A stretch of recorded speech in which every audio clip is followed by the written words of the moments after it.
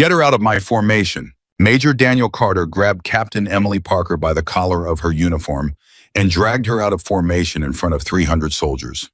This, he shouted, shaking her like a bag of laundry, is what the Army calls an officer now. He shoved her into the training circle so hard she nearly went down, then pointed at his biggest sergeant. Put her in the dirt. 300 men laughed. Emily Parker straightened her collar, looked Carter dead in the eyes, and said 9 words that ended his career. 9 seconds later, nobody on that field was laughing. Please subscribe to the channel, stay with this story to the very end, and comment the city you're watching from so I can see how far this story travels. The morning at Fort Liberty started the way every morning there started, with 300 pairs of boots hitting the asphalt in a rhythm you could feel in your teeth. The sun was already climbing hard over the tree line, and by 7:40 the heat had begun to shimmer off the training field in slow waves. Nobody complained. Complaining was for civilians. Major Daniel Carter stood at the center of the formation with his hands behind his back and his chin lifted like a man who had earned the right to be exactly where he was standing. 49 years old, 25 years in uniform, 3 deployments he talked about and 1 he didn't. He had a voice that carried without a bullhorn and a reputation that carried without his voice. Gentlemen, he called out, and I use that word generously this morning. A ripple of laughter went through the ranks. Carter allowed it. He liked a warmed-up crowd. 25 years I've been doing this, he said, walking the front line slow. 25 years. You know what I've learned? One thing, just one, Atisam. War doesn't care about your feelings. War doesn't care about your college degree. War doesn't care about your PowerPoint presentation. More laughter, louder now. War asks one question, Carter said. Can you take the hit? That's it. That's the whole test. Everything else is decoration. He stopped walking. He turned. And that was when his eyes found her. Captain Emily Parker stood at the end of the command line, third from the left, hands at her sides, back straight, eyes forward. 32 years old, 5'6" in boots. She had transferred in 11 days ago, and in 11 days she had spoken maybe 40 words that weren't strictly necessary. Carter had noticed her the first day. Not the way men usually noticed.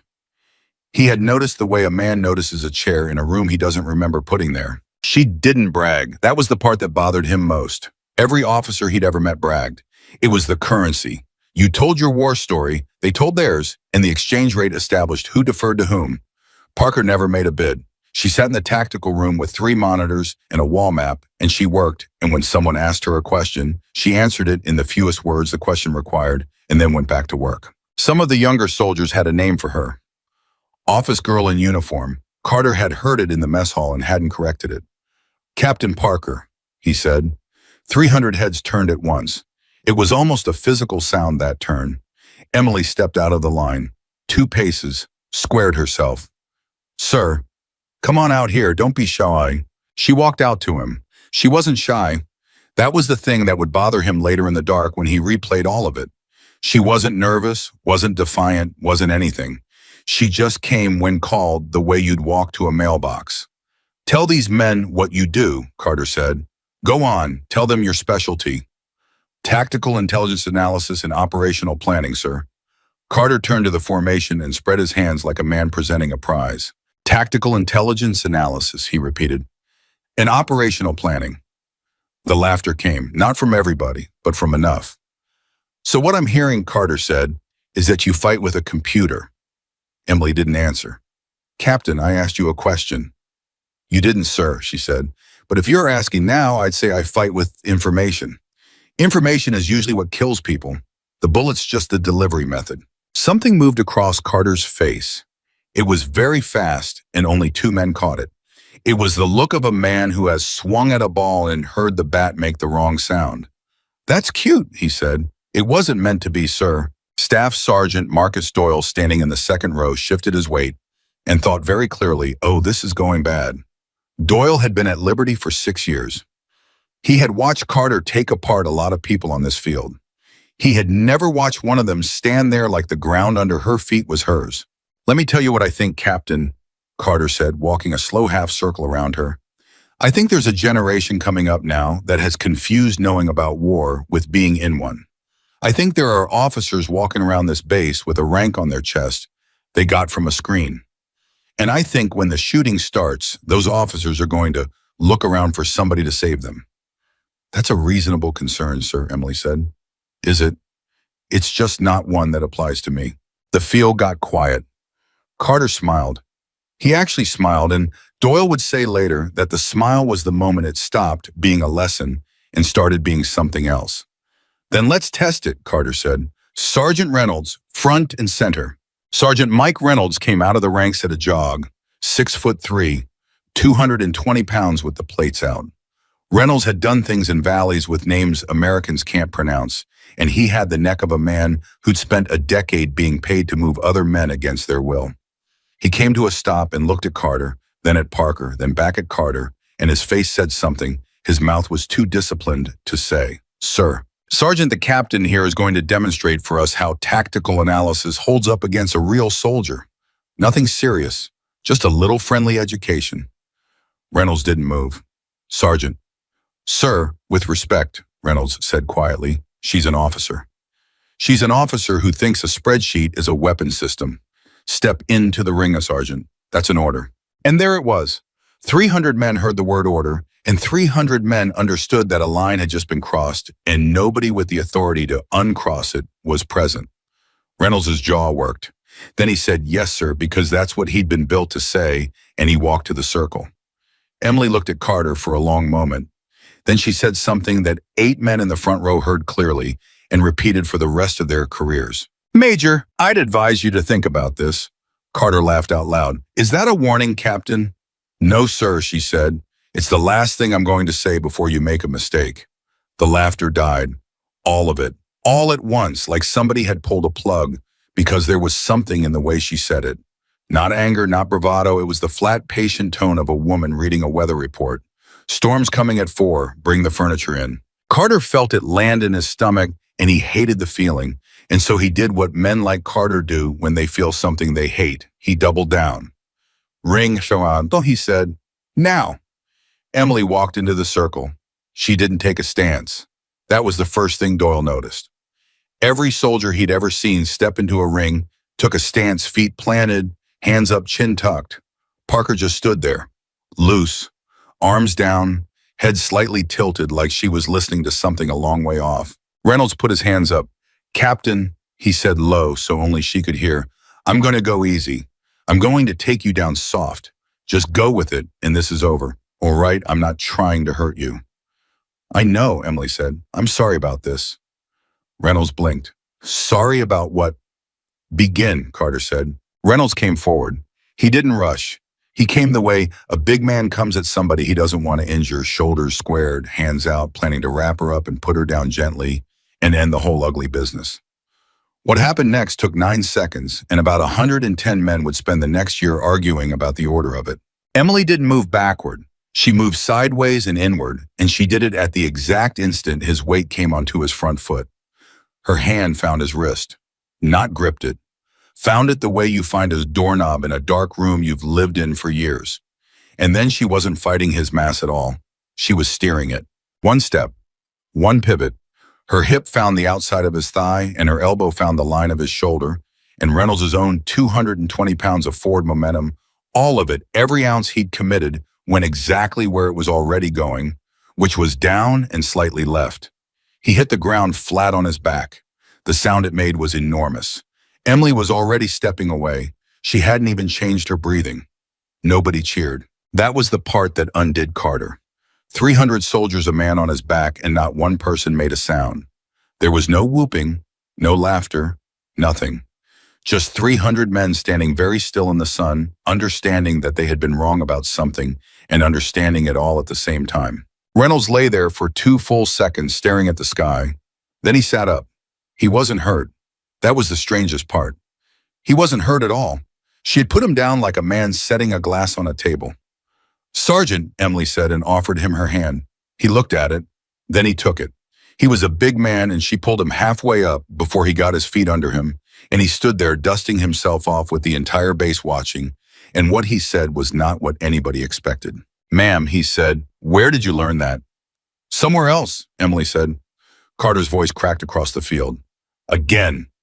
Reynolds turned. Sir, I said again. And now Doyle felt his own hands go cold because he had been in this army long enough to know the sound of a man who has stopped teaching and started losing. "Sir," Reynolds said, and his voice had changed, "I'd rather not." "That wasn't a request, Sergeant." Reynolds stood there, 220 pounds of him, and he said, "No, sir."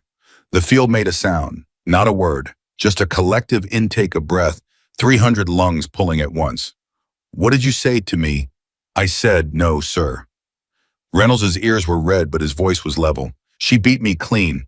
Making her do it twice doesn't prove anything about her. It proves something about us. There are moments in a man's life when he can still turn around. Carter had one. It was about a second and a half wide, and everybody watching could see it, and later most of them agreed that he saw it too. He went right past it. "Fine," Carter said. He unclipped his cover. He handed it to a lieutenant who didn't want it. He started rolling his sleeves. "Fine, Sergeant Fallout." "Sir, Fallout." Emily hadn't moved from the center of the ring. She watched him roll the second sleeve and she said, "Major, don't. You had a lot to say a minute ago, Captain." "I said one thing. I said, think about it. You didn't." "Well, I'm thinking now." Carter stepped into the circle. He was a big man, too. Not Reynolds big, but hard. The compressed kind of hard that 25 years builds. "Let's see the analysis, Captain. Let's see it against somebody who isn't being polite." "Sir, I'm asking you, in front of these men, walk away and I will never speak of this again to anyone ever." That's a real offer and it expires when you move. And that right there was the sentence that Fort Liberty would still be repeating 5 years later. Because it wasn't a threat, it was mercy. And every man on that field heard it as mercy and understood that mercy is only offered by someone who has something to be merciful about. Carter heard it as pity. He moved. He was fast. Nobody who watched it ever said he wasn't fast. He came in with a low-grab textbook, 25 years of muscle memory, aiming for her waist to take her legs and end it in one motion. Emily's left hand touched the back of his neck. That was all. She didn't strike him. She touched him and she turned, and Carter discovered something that he had spent his whole career not knowing, which is that when a man commits his entire body mass to a forward line and someone very calmly moves that line 8 inches to the right, the man is no longer fighting the person. He's fighting the planet. He went down face first. He got a hand out. It saved his nose and cost him his dignity. And then Emily stepped back and put her hands at her sides again and waited. Carter got up. He came again. She put him down again. He got up. He came a third time, and this time there was nothing textbook in it. It was just a man swinging, and she caught his arm and rolled it up behind him. And there was one instant where every soldier on that field saw that she could have broken it. It was right there. The angle was there. The leverage was there. The second was there. She let him go. She let him go and stepped away and said quietly so that only the first 2 rows heard it, "That's enough, sir." Carter stood there breathing like a bellows with grass on his uniform and his hands shaking. And the worst part, the absolute worst part, was that she wasn't even winded. Nobody laughed. Nobody had laughed since the first 9 seconds. "Who are you?" Carter said. He didn't mean to say it. It came out of him. "Captain Emily Parker, sir. Tactical intelligence." "That's not—" He stopped. He swallowed. "That's not what I asked." "I know," she said. "It's the answer you have." And she came to attention and she saluted him. Full salute, perfectly correct. In front of 300 men who had just watched her put him in the dirt 3 times, she gave him the salute his rank entitled him to. That was somehow more devastating than anything else she'd done. Carter returned it because his arm did it without asking him. "Formation dismissed," someone said. It was Doyle. Doyle had no authority to dismiss a formation. Nobody questioned it. 300 men walked off that field, and not one of them said a word until they were inside. In the mess hall that afternoon, it was the only conversation. "I'm telling you what I saw," a corporal named Ellis said. "She didn't touch him." Third time, "She didn't touch him, he just fell." "She touched him," Doyle said. "You just didn't see where." "How does that work?" "It works because she wasn't fighting him." Doyle turned his coffee cup around. "That's what nobody's getting. She never fought him one time, not once. She let him fight himself and just made sure he lost." Sergeant Maria Lewis sat down across from them and put her tray down hard. She'd been on the field. She'd been in the 4th row. "You know what got me," she said. "The offer, when she told him to walk away." Yeah. I've been in 11 years. I've never heard anybody offer that, not once. When you've got somebody beat you, take it. That's the whole thing. She had him beat before he moved, and she tried to give it back to him. Ellis said, why would she do that? Lewis looked at him a long time. Because she didn't need it, she said.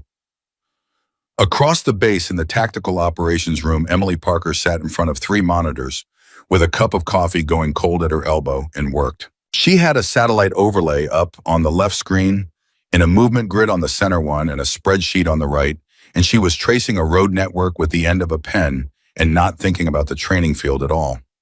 Or trying not to. Sergeant Lewis found her there at 1900. Ma'am, you got a minute? I've got several. Lewis came in. She stood there. She'd rehearsed this on the walk over, and now none of it seemed right. I want to apologize, she said. Emily turned around. For what? For laughing this morning when he said the thing about the computer. Lewis's jaw tightened.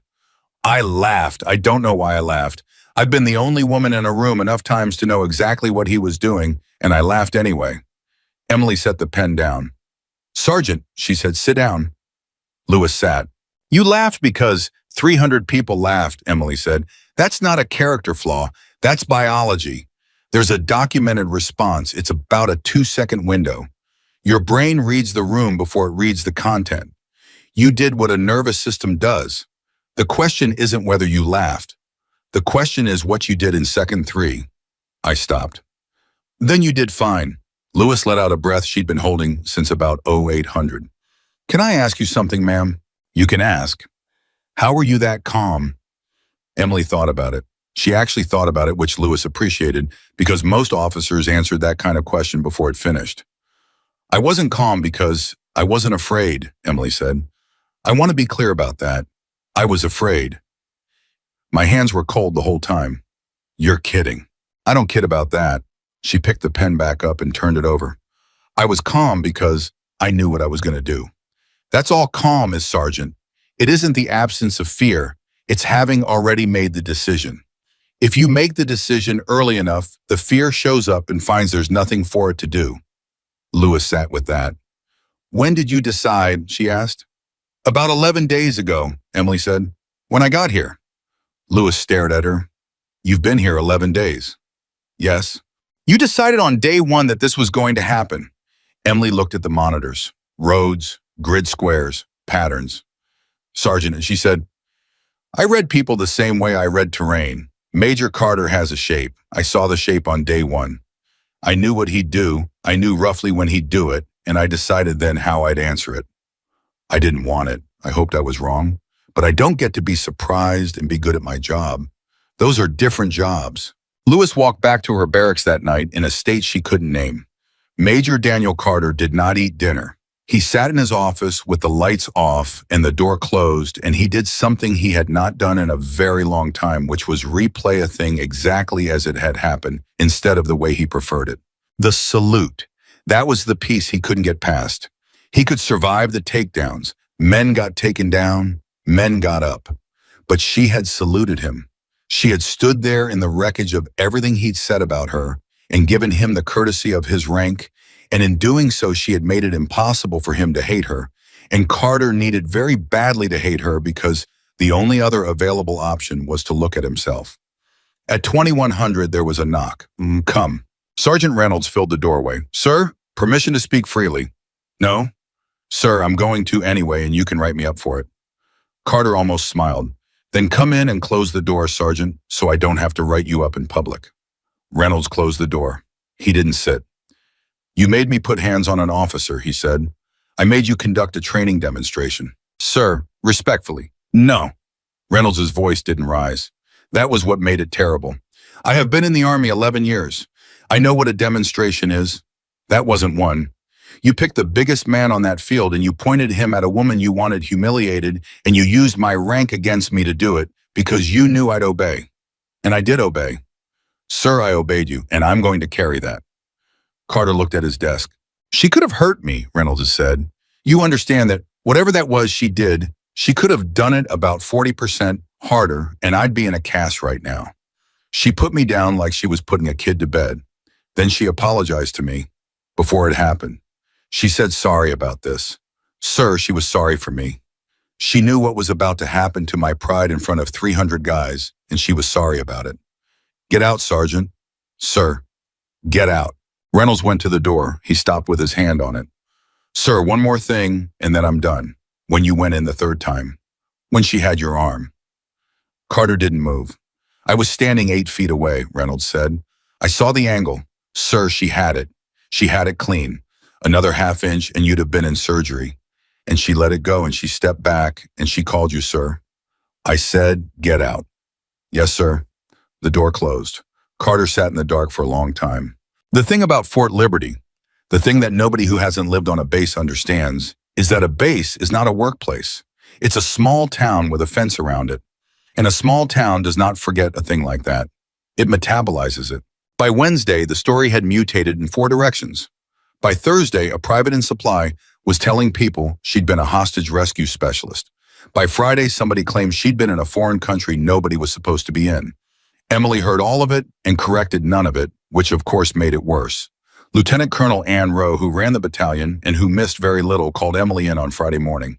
Sit down, Captain. Emily sat. I've had 4 separate people tell me about Monday, Rowe said. 2 of them didn't want to. Do you want to file anything? No, ma'am. You could, you'd win. Yes, ma'am, I'd win a paperwork fight against a man who's got 8 months to retirement and a granddaughter he keeps a picture of in his top drawer. Then I'd be the officer who filed. Then every room I walk into for the next 15 years has that in it before I do. Emily shook her head once. I'd rather have the room. Rose studied her. You know what's interesting, Captain? I pulled your file this morning. Yes, ma'am. Most of it's blank. Yes, ma'am. There's a section that just says refer to originating command.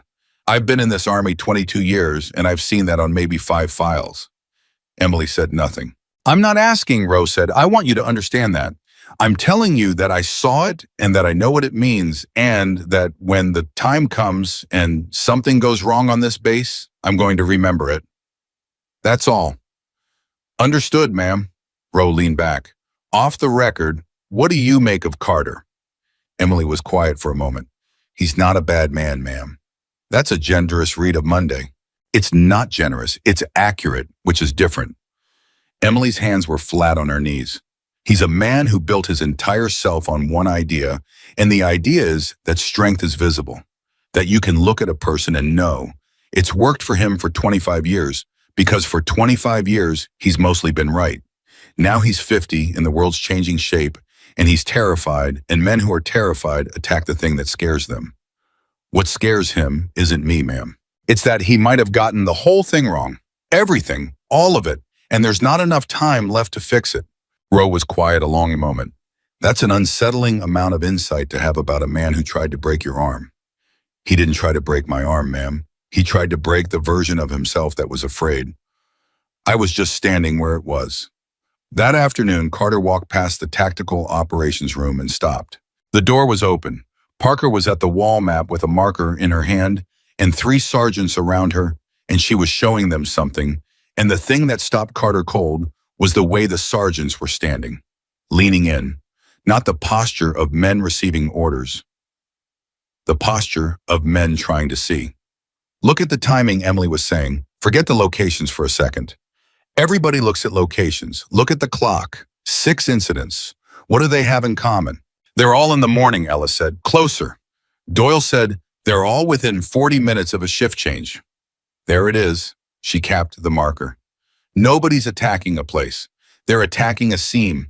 The seam is when information's being handed from one person to another, because that's the only moment in a system where nobody's holding it. You want to know where you're weakest? Don't look at your walls. Look at your handoffs. Doyle said quietly, ma'am, that's kind of beautiful. It's kind of terrifying, Emily said, because it means whoever's doing it knows our schedule. Carter stood in the hallway and something went through him that felt like cold water, because he had read the same 6 incidents. He'd read them Tuesday. He'd looked at a map and seen 6 dots and thought random and moved on, and this woman had looked at the same 6 dots and seen a mind. He walked away before anybody saw him. That night, he took out the picture of his granddaughter, the one in the top drawer. She was 7. She had a gap where her front tooth used to be, and she was holding a soccer trophy over her head with both hands. He looked at it for a long time. Then he said out loud to an empty office, "What did I do on Monday?" Nobody answered. And 40 miles away in a windowless room, a man neither of them would ever meet was looking at a schedule of Fort Liberty's largest field exercise of the year, and he was smiling because in 11 days, 3,000 soldiers were going to move into open country, and every one of them was going to be following a plan he had already read. Tuesday, 0540. Major Daniel Carter had not slept, and at 0540, he did the thing he had been telling himself for 6 hours he was not going to do. He drove to the personnel office, waited 11 minutes for a specialist named Quan to unlock the door, and asked for Captain Emily Parker's file. "Sir," Quan said, "I can pull the summary." "Pull all of it," Quan typed. Quan stopped typing. Quan looked at his screen the way a man looks at a snake in a boot. "Sir, I can't." "You can't or you won't." "Sir, the system won't let me. It's not that I don't have the clearance. It's that there's nothing there to have clearance for." Quan turned the monitor. "Look, name, rank, date of commission, current assignment, and then this." Carter leaned in and read 4 words. "Referred to originating command." "What's the originating command?" "It doesn't say, sir." "Files always say." "Yes, sir. This one doesn't." Carter straightened up. Something in his chest was doing an unfamiliar thing. "Specialist. 25 years. I've never seen a file that doesn't say." "No, sir," Quan said, and then because he was 23 and had not yet learned when to stop, "Sir, can I ask what happened Monday?" Everybody's saying, "No." Carter said and walked out. 0710. Sergeant Mike Reynolds found Emily Parker in the tactical operations room, which was where everybody found Emily Parker, because it was where she was. He stood in the doorway with his cover in his hands, and he did not knock because he had been standing there for a full minute working up to it. "You can come in, Sergeant." He hadn't made a sound, he was sure of it. "Ma'am, how did you—" "Your shadow's been on my floor since 0709. She didn't turn around. "Come in, sit. You've got a speech. Let's hear it." Reynolds came in. He sat in a chair built for a smaller man. "I don't have a speech." "You've got something." "I've got a question." He turned the cover over in his hands. "Monday, before it started, you said sorry about this to me." "Why?" Emily turned around then. "Because I knew what was going to happen to you," she said. "And I knew you didn't want any part of it, and I knew you'd do it anyway, and I knew that 90 seconds later, 300 men would watch you go down, and none of them would ever look at you the same. That's what I was sorry about. Not the throw. The throw's nothing. The throw takes 2 seconds. You're going to carry the other part for years." Reynolds sat very still. "Ma'am," he said, "how do you know that?" "Because I've been the one on the ground, Sergeant." That stopped him. "You twice." She said it the way you'd say the time. "The second one broke my collarbone. I was 24. I got up and I said, 'Thank you for the instruction,' and I went back to my quarters and I sat on the floor for 2 hours because I couldn't make myself stand up, and then I went to work the next morning." She picked up her coffee. It was cold. She drank it anyway. "So yes, I know." Reynolds' ears were burning. "Who did it?" "Doesn't matter. It matters to me." "Sergeant," she set the cup down. "It doesn't matter because that man is not the point of the story. The point of the story is the 2 hours on the floor. Everybody thinks the injury is the injury. It isn't. The injury is the 2 hours." Reynolds sat with that for a long moment. Then he said something he hadn't planned. "I'd like to learn it, ma'am." "Learn what?" "Whatever that was. What you did to me. I've been doing combatives for 11 years. I've got instructor tabs. I have never in my life been moved like that, and I want to know how it works." Emily looked at him for a long time. "No," she said. "Ma'am, Sergeant, listen to me carefully because I'm going to tell you the truth, and the truth is going to disappoint you." She leaned forward. "What I did to you is not a technique. There's no move. If I taught you the mechanics, you'd learn them in about 6 weeks and they'd get you killed because the mechanics aren't the thing. The thing is that I knew where your weight was going to be 4/10 of a second before it got there.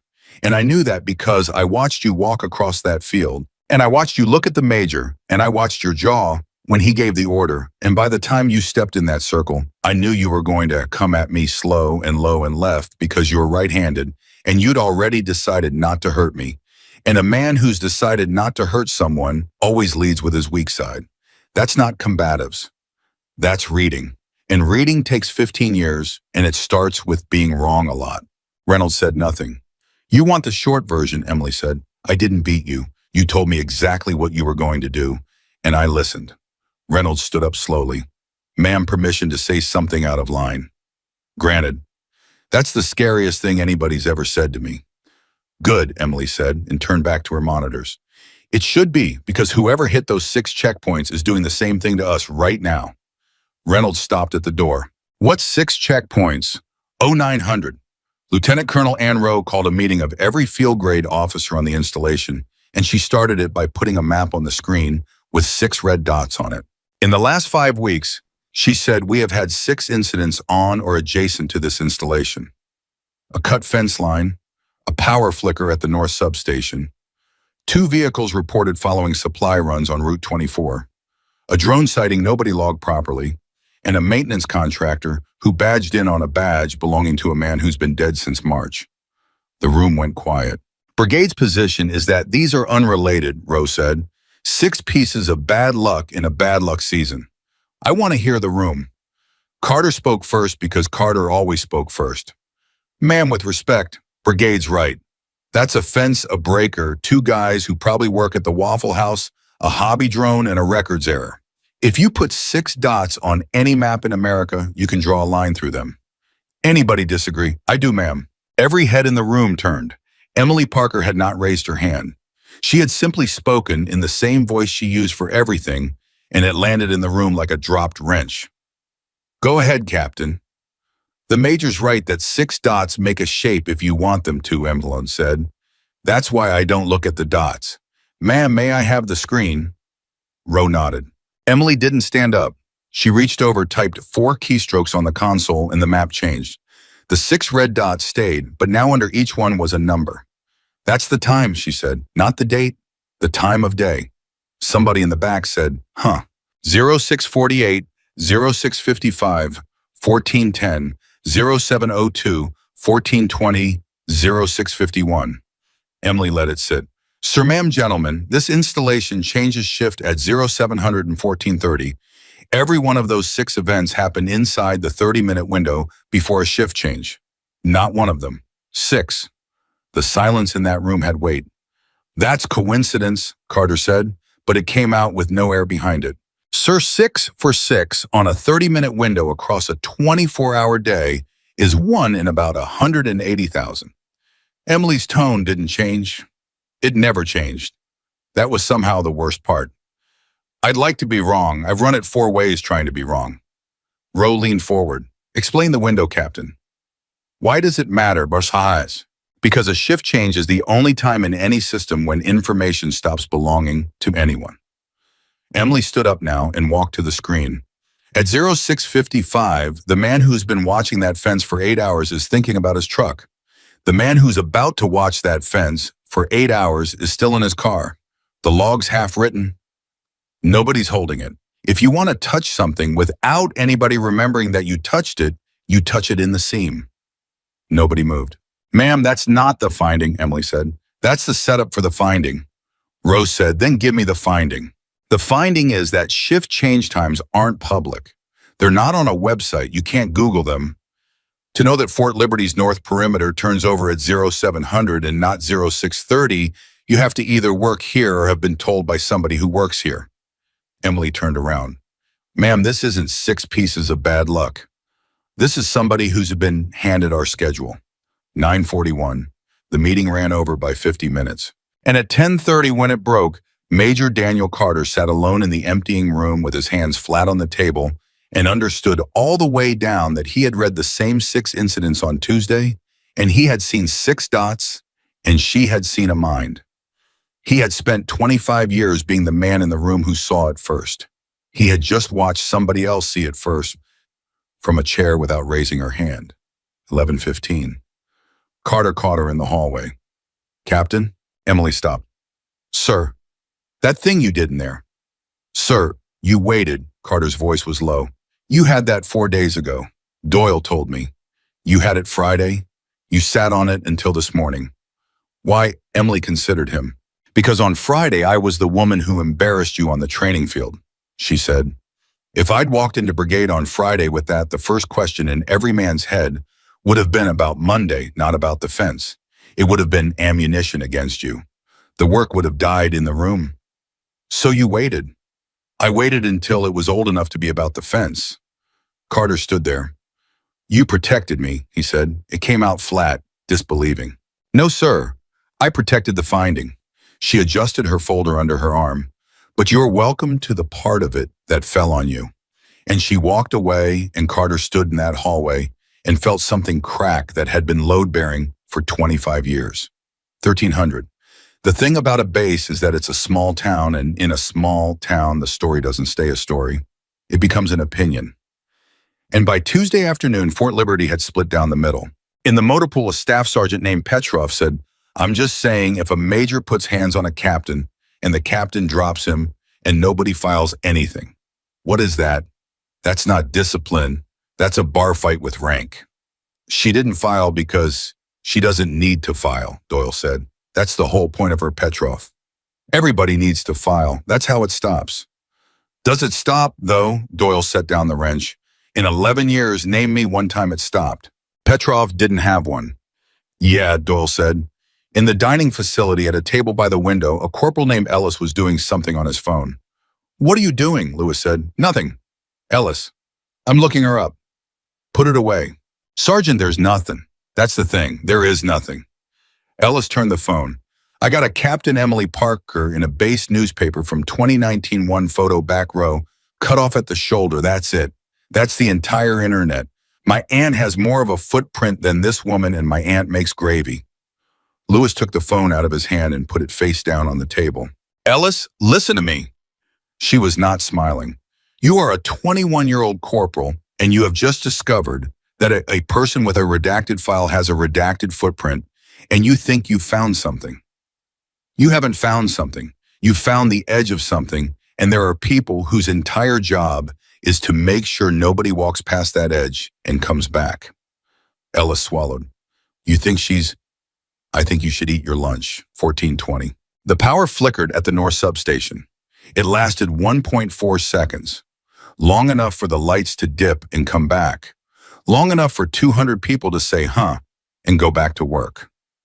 Emily Parker was standing when it happened. She had been standing for 11 minutes because she had walked out of the operations room at 14:09 and gone to the window, and she had stood there and watched the clock.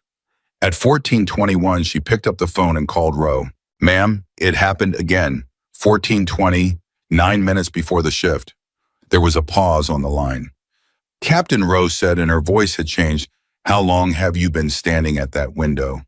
11 minutes, ma'am. You predicted the time. I predicted the window. I got lucky on the minute. Parker, ma'am, get to my office, 14:55. Carter was already there. He'd been called to, and he was standing by the wall with his arms folded because sitting felt like agreeing to something. Rowe didn't waste time. Somebody just turned my lights off 9 minutes before shift change and turned them back on again, she said. Captain, why would somebody do that? To watch ma'am. Watch what? Us. Emily didn't sit. Ma'am, a 1.4-second outage doesn't accomplish anything.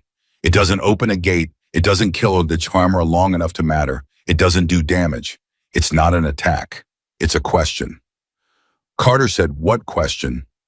It was the first thing he'd said to her in that room, and it came out without hostility, and Rowe noticed and filed it.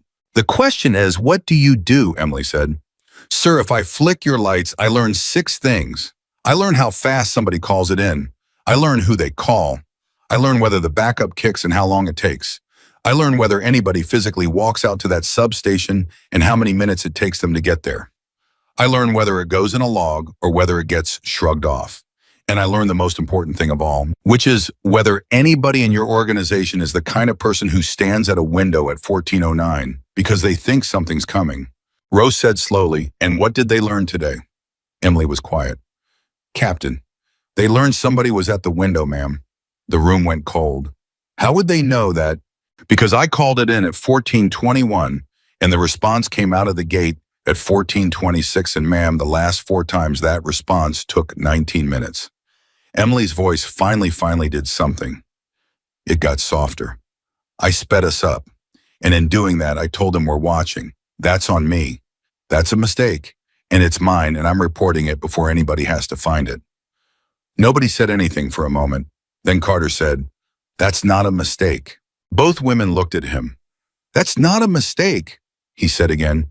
"That's a trade. You gave up surprise to get 5 minutes. In 25 years, I've made that trade 40 times. He unfolded his arms. "Ma'am, she's right about the substation. I've been sitting here since Monday trying to find the hole in it, and there isn't one.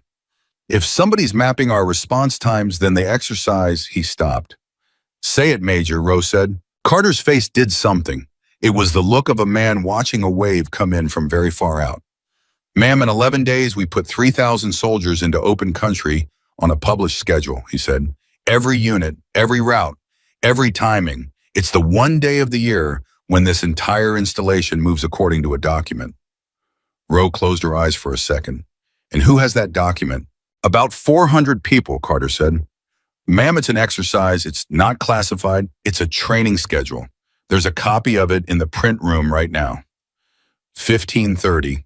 Emily walked out of that office, and Carter walked out behind her and caught up with her in the stairwell. "Captain," she stopped on the landing. "Sir, I want to say something, and I want you to let me get through it." "Go ahead, sir." Carter stood 2 steps above her, which he noticed and hated, and did not fix because fixing it would mean acknowledging he'd noticed. "Monday," he said. "Sir, you don't have to." "I know I don't have to. That's why I am." His jaw was tight. "Monday, I dragged an officer out of a formation by her uniform. I've been telling myself for 2 days it was a training decision. It wasn't. I did it because you don't brag." Emily's head tilted very slightly. "Sir, every officer I've ever met brags," Carter said. "It's how we tell each other who we are.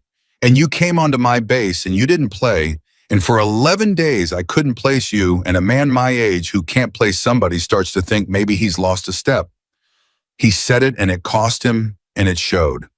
So I made you play. That's what Monday was. It wasn't about you at all. You were just standing where it landed." Emily said nothing for a long moment. "Sir," she said, "did Lieutenant Colonel Rowe tell you I said that?" Carter blinked. "What?" "Nothing." She almost smiled, almost. "Sir, I accept it. I didn't apologize." "No, sir, you didn't. You explained which is harder and worth more, and I'd rather have it." She started down the stairs and then stopped. "Major, one thing." "Go." "You said you'd lost a step. You haven't." She looked up at him. "You read 6 incidents on Tuesday and called them noise. I read them Friday and called them a pattern. You know what the difference was? You read them once, I read them 9 times because I don't have 25 years of instinct to trust, so I have to grind. Sir, your instinct isn't gone. It's just fast, and fast is wrong sometimes, and you've never in your life had a reason to check it." Carter stood on the stairs. "Check it," he said. "Yes, sir, that's all. Just check it." 16:40. By dinner, the story had changed shape again because Ellis had a big mouth and a phone. Sergeant listened to this one. Ellis was practically vibrating. "My cousin's roommate was at Bragg in 2020, and he says there was a thing at a place he can't say, and there was an analyst who, Ellis, who called a whole ambush before it happened, like an hour before, and they didn't listen, and it happened, and 11 guys, Ellis," Lewis's voice was different this time, "stop talking. Sergeant, you're just telling a story about 11 men in a dining facility with a fork in your hand." Lewis leaned across the table. "Corporal, I want you to think about something. If that story's real, then somewhere out there is a woman who called it and got ignored and watched it happen anyway. And you're using it as a fun fact." Ellis put the fork down. "I didn't think about it like that." "Nope, Lewis said. "You didn't." Doyle, who had said nothing for 10 minutes, said, "Itang, it's real." Both of them looked at him. "What do you?" "The 2020 thing." Doyle wasn't eating. He'd been not eating for a while. "I know a guy who knows a guy, and normally that means nothing, but this one I checked, because I checked it Sunday night before any of this, because a captain with a blank file showed up on my base, and I've got trust issues." He rubbed his face. "It's real. Somebody called it. They got overruled. It happened. And, Ellis said, and that's it, Doyle said. That's the whole story. Nobody got a medal. Nobody got court-martialed. The report says the unit encountered unanticipated contact. He looked up. Unanticipated. That's the word in the report. Somebody anticipated it. It's in writing that nobody did. Nobody at that table said anything for a long time, 1900. Emily was still in the operations room. She was always still in the operations room. Roe came in without knocking and closed the door behind her, which she had never done. Captain, I'm going to ask you a direct question, and I want a direct answer. Ma'am, were you in Ghazni province in 2020? Emily's hand stopped moving. It was the first time in 11 days that anybody on Fort Liberty had seen Emily Parker's hands stop moving, and Roe, who missed very little, saw it and felt her stomach drop. Ma'am, Emily said, I'd like to say something, and then I'd like you to not ask me again. Go ahead. There's a report, Emily said. You can pull it. It's not classified. It says a unit encountered unanticipated contact and took casualties. That's what it says, and that's what the record will always say, and I have made my peace with that, and I would very much like it to stay that way. Roe sat down slowly. Captain Sarantbaum, ma'am, please? And there it was, the first crack. 2 words and something underneath them that had been sealed shut for 6 years. Please.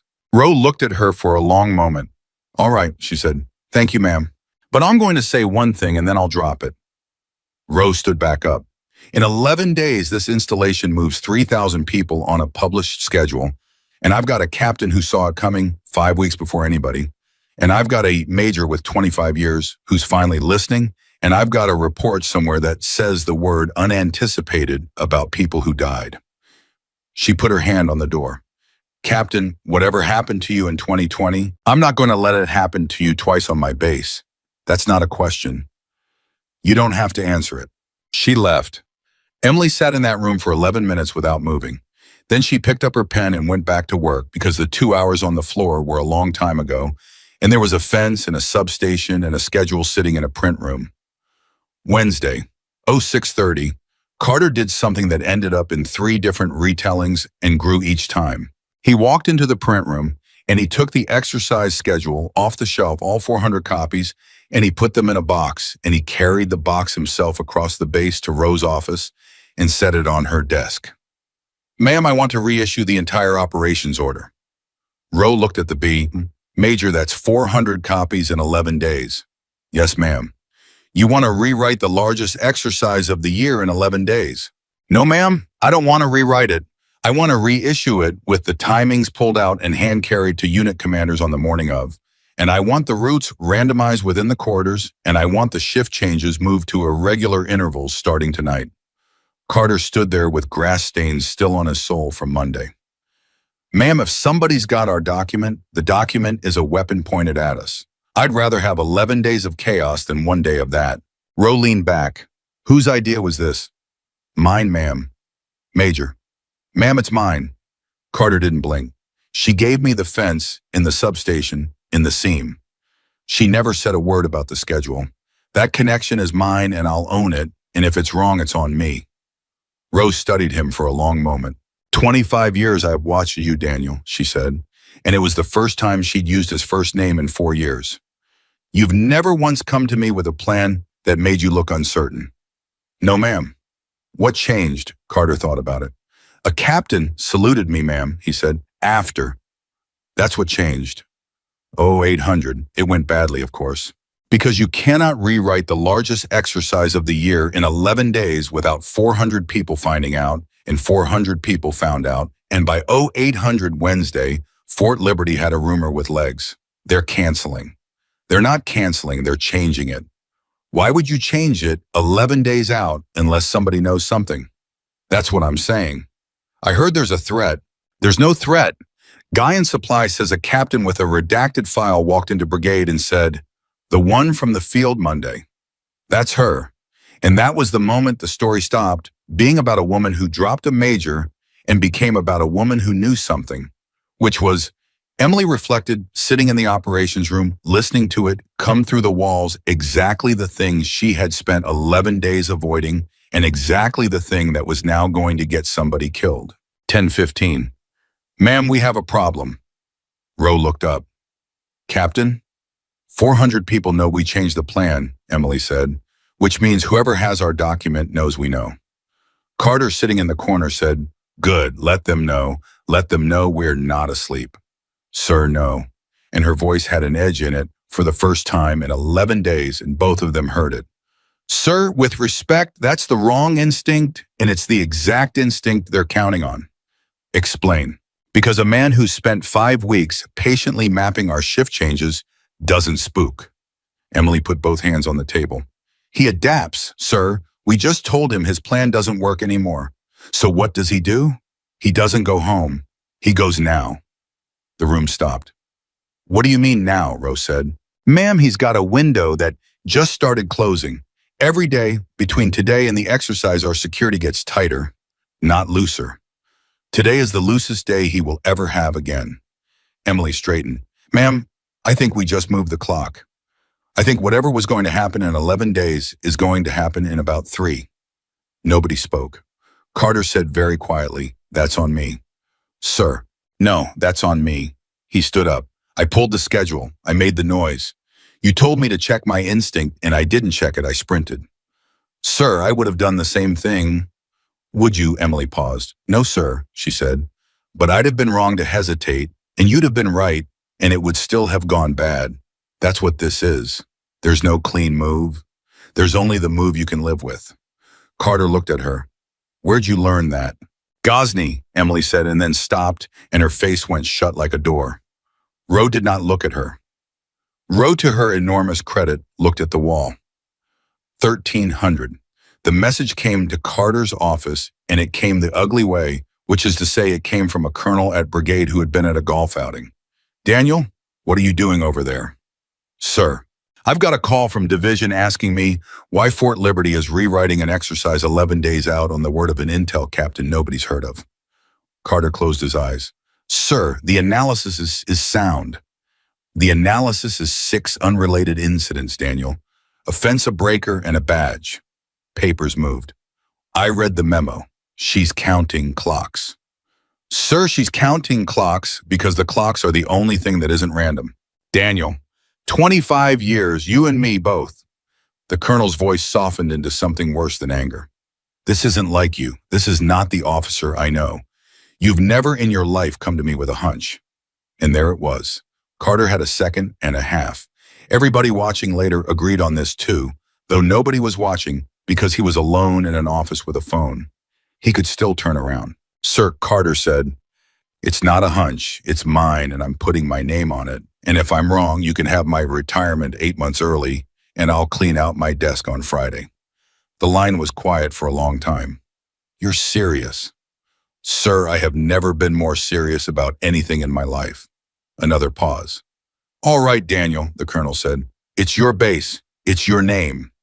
Click. Carter sat there with the phone in his hand and his heart going like a jackhammer, and he realized he was smiling, actually smiling for the first time since Sunday, and he could not for the life of him have told you why. 1540, Reynolds found Emily in the operations room, and this time he did knock. Ma'am, there's something you should see, and I don't know if it's anything. Say it. The contractor. The one with the dead man's badge. He put a printout on her desk. I pulled the gate video. It's nothing, ma'am. He badges in, he batches out. He's in for 50 minutes. But he badges in at 0651. I know. Yes, ma'am, but look what he's carrying. Emily looked. He's not carrying anything, she said. No, ma'am, he's not. Reynolds put a second printout down. This is him badging out, 50 minutes later. Emily looked at that one for a long time. He's carrying a bag. He's carrying a bag, Reynolds said. Ma'am, he came in with nothing and left with something. I've watched it 11 times. Everybody's been asking how he got in. Nobody asked what he took. Emily stood up so fast her chair went over. Sergeant, what's the date on this? 19 days ago, ma'am. 19 days. She stopped. Sergeant, where was he? 50 minutes. Where in the building? Reynolds swallowed. Ma'am, according to the badge log, he was in the print room, 1605. Emily Parker walked into Lieutenant Colonel Rowe's office without knocking for the first and only time in her career, and Carter was there and she put 2 pieces of paper on the desk. Ma'am, sir, 19 days ago, a man walked into this building on a dead man's badge at 0651, spent 50 minutes in the print room, and walked out with a bag he didn't come in with. Roe went white. Carter said, "That's not possible. The print rooms..." "Sir, it's not classified. It's a print room. There's no guard on a print room. There's a guard on the door to the building, and he badged past the guard."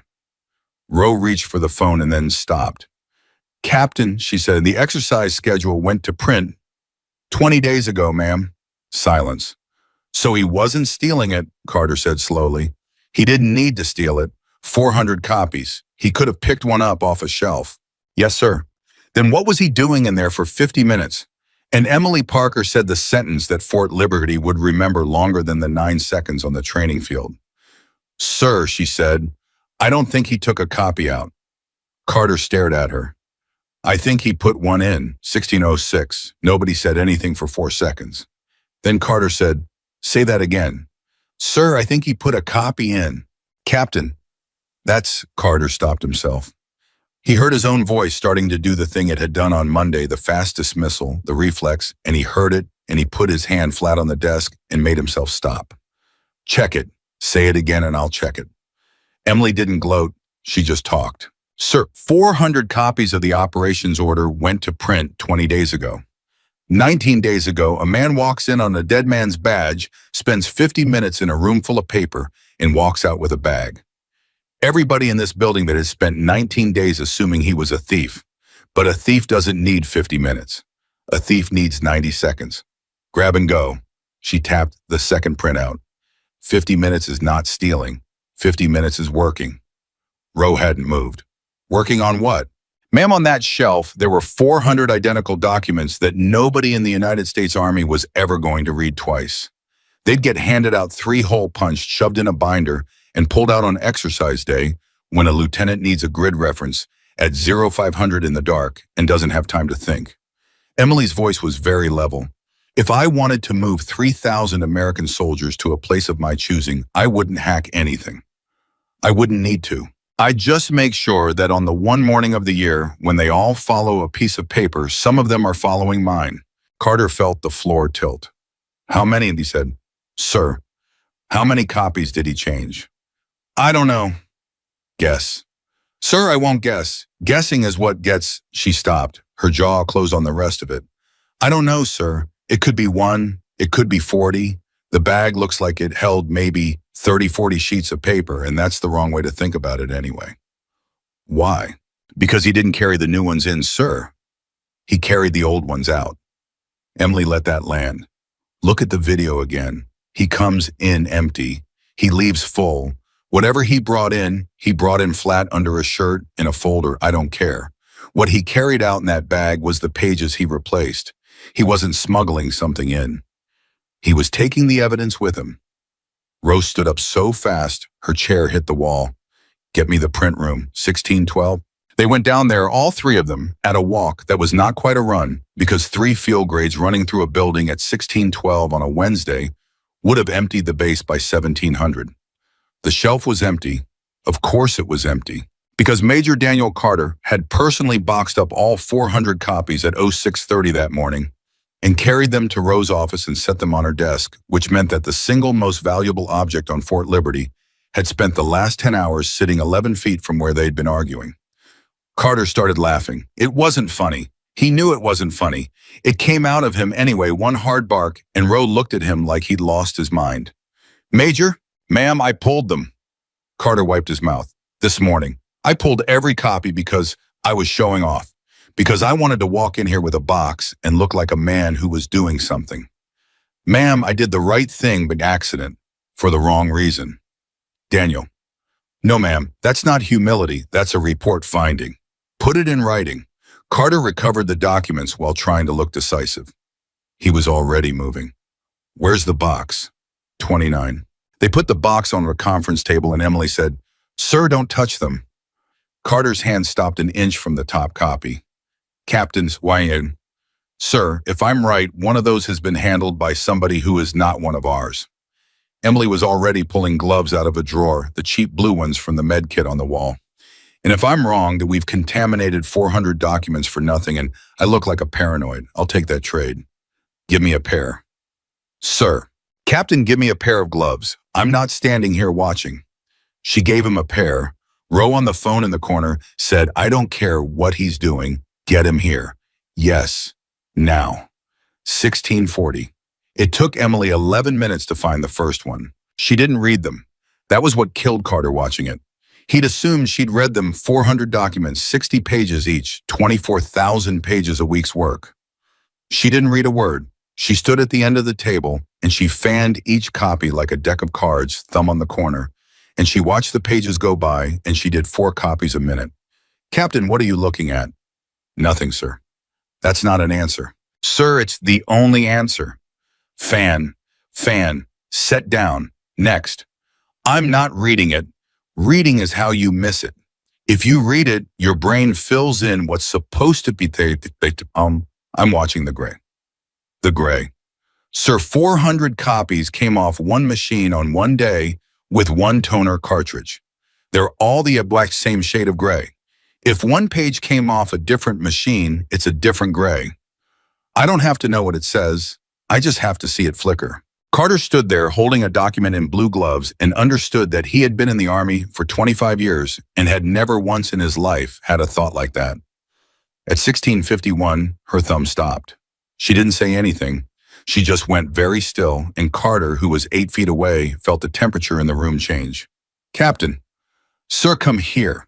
He came. She had the copy open flat, and she was pointing at nothing at a page that looked exactly like every other page in the box, and Carter looked at it and looked at her and said, I don't see it. Page 41. Emily's voice had gone quiet. Look at the top margin. Now look at page 40. Carter looked, and then he saw it, and once he saw it, he could not unsee it, and it was a difference of about 2 millimeters. Page 40's text started 2 millimeters lower than page 41's. That's a printer, Carter said. That's just a printer feeding paper different. Yes, sir, it is. It's a different printer. She turned the page over.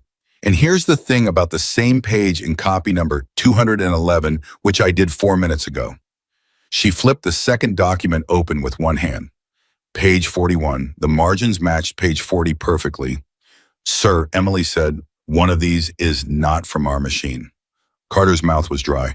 Read it, he said. Read both. 1658.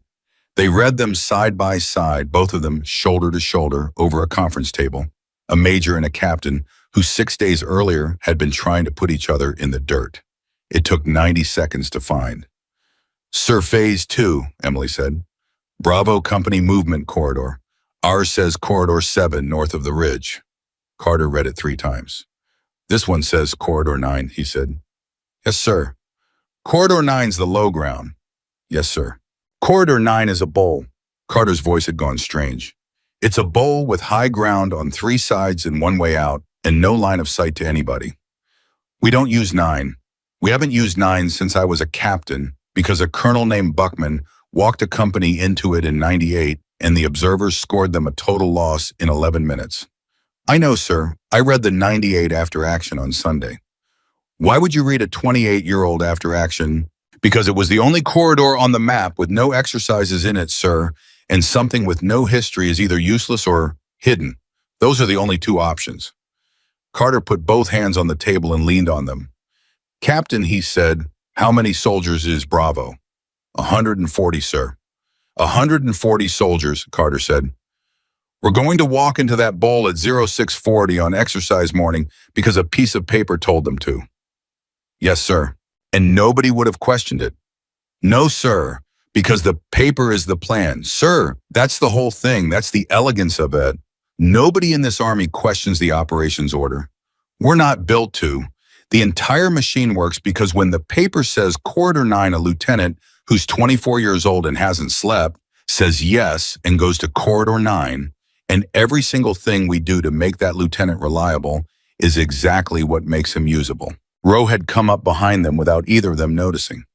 Captain, she said, how many copies have you checked? Emily looked at the table. 218, ma'am. How many are wrong? 1, ma'am. Then check the rest. 1840. She found the second one at 1840, and the room, which by then had 8 people in it, made a sound that Doyle described afterward as the sound of a church when somebody drops something. The second one was Charlie Company. Different phase, same corridor. At 1915, she found the third. At 1941, she found the fourth. And at 2000 hours exactly, Emily Parker set down the last document in the box, pulled off her gloves, and said the number out loud. 6. Nobody spoke. 6 copies out of 400, she said. Every one of them a different unit.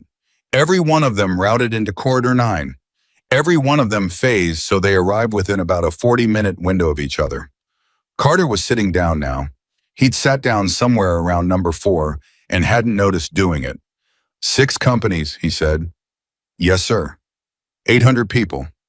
Roughly, sir. In a bowl. At the same time with one way out. Yes, sir. Rose said very quietly. For an exercise. It's an exercise. They're carrying blanks. And Emily Parker said the thing that changed the temperature of the room permanently. Ma'am, she said, he doesn't need them to be carrying anything. He needs them to be in one place at one time on a day when the whole country knows Fort Liberty is doing something loud, and when every emergency response on this installation is already deployed 40 miles away, pretending to be somewhere else. Nobody said a word. Ma'am, Emily said, the exercise isn't the target. The exercise is the alibi. 20:04, Carter got up and walked out of the room. He got about 15 feet down the hall and put his hand on the wall and stood there, and Emily came out about a minute later and found him like that. Sir, don't. Sir, I'm not going to say anything. Then why are you standing there? Because you shouldn't be standing here alone, sir. Carter laughed or made a sound that had the shape of one. Captain, do you know what I was doing on Monday? Sir, I was pulling a woman out of a formation by her uniform to prove that people who work at desks don't understand war. His hand was still on the wall. And that woman spent Sunday reading a 28-year-old after-action report about a corridor nobody's used since the Clinton administration. For no reason. Nobody asked her to. There was no order. There was no threat. She just read it because it was the empty spot on a map. Sir, I read a lot of things that go nowhere. You only hear about the one. Don't do that.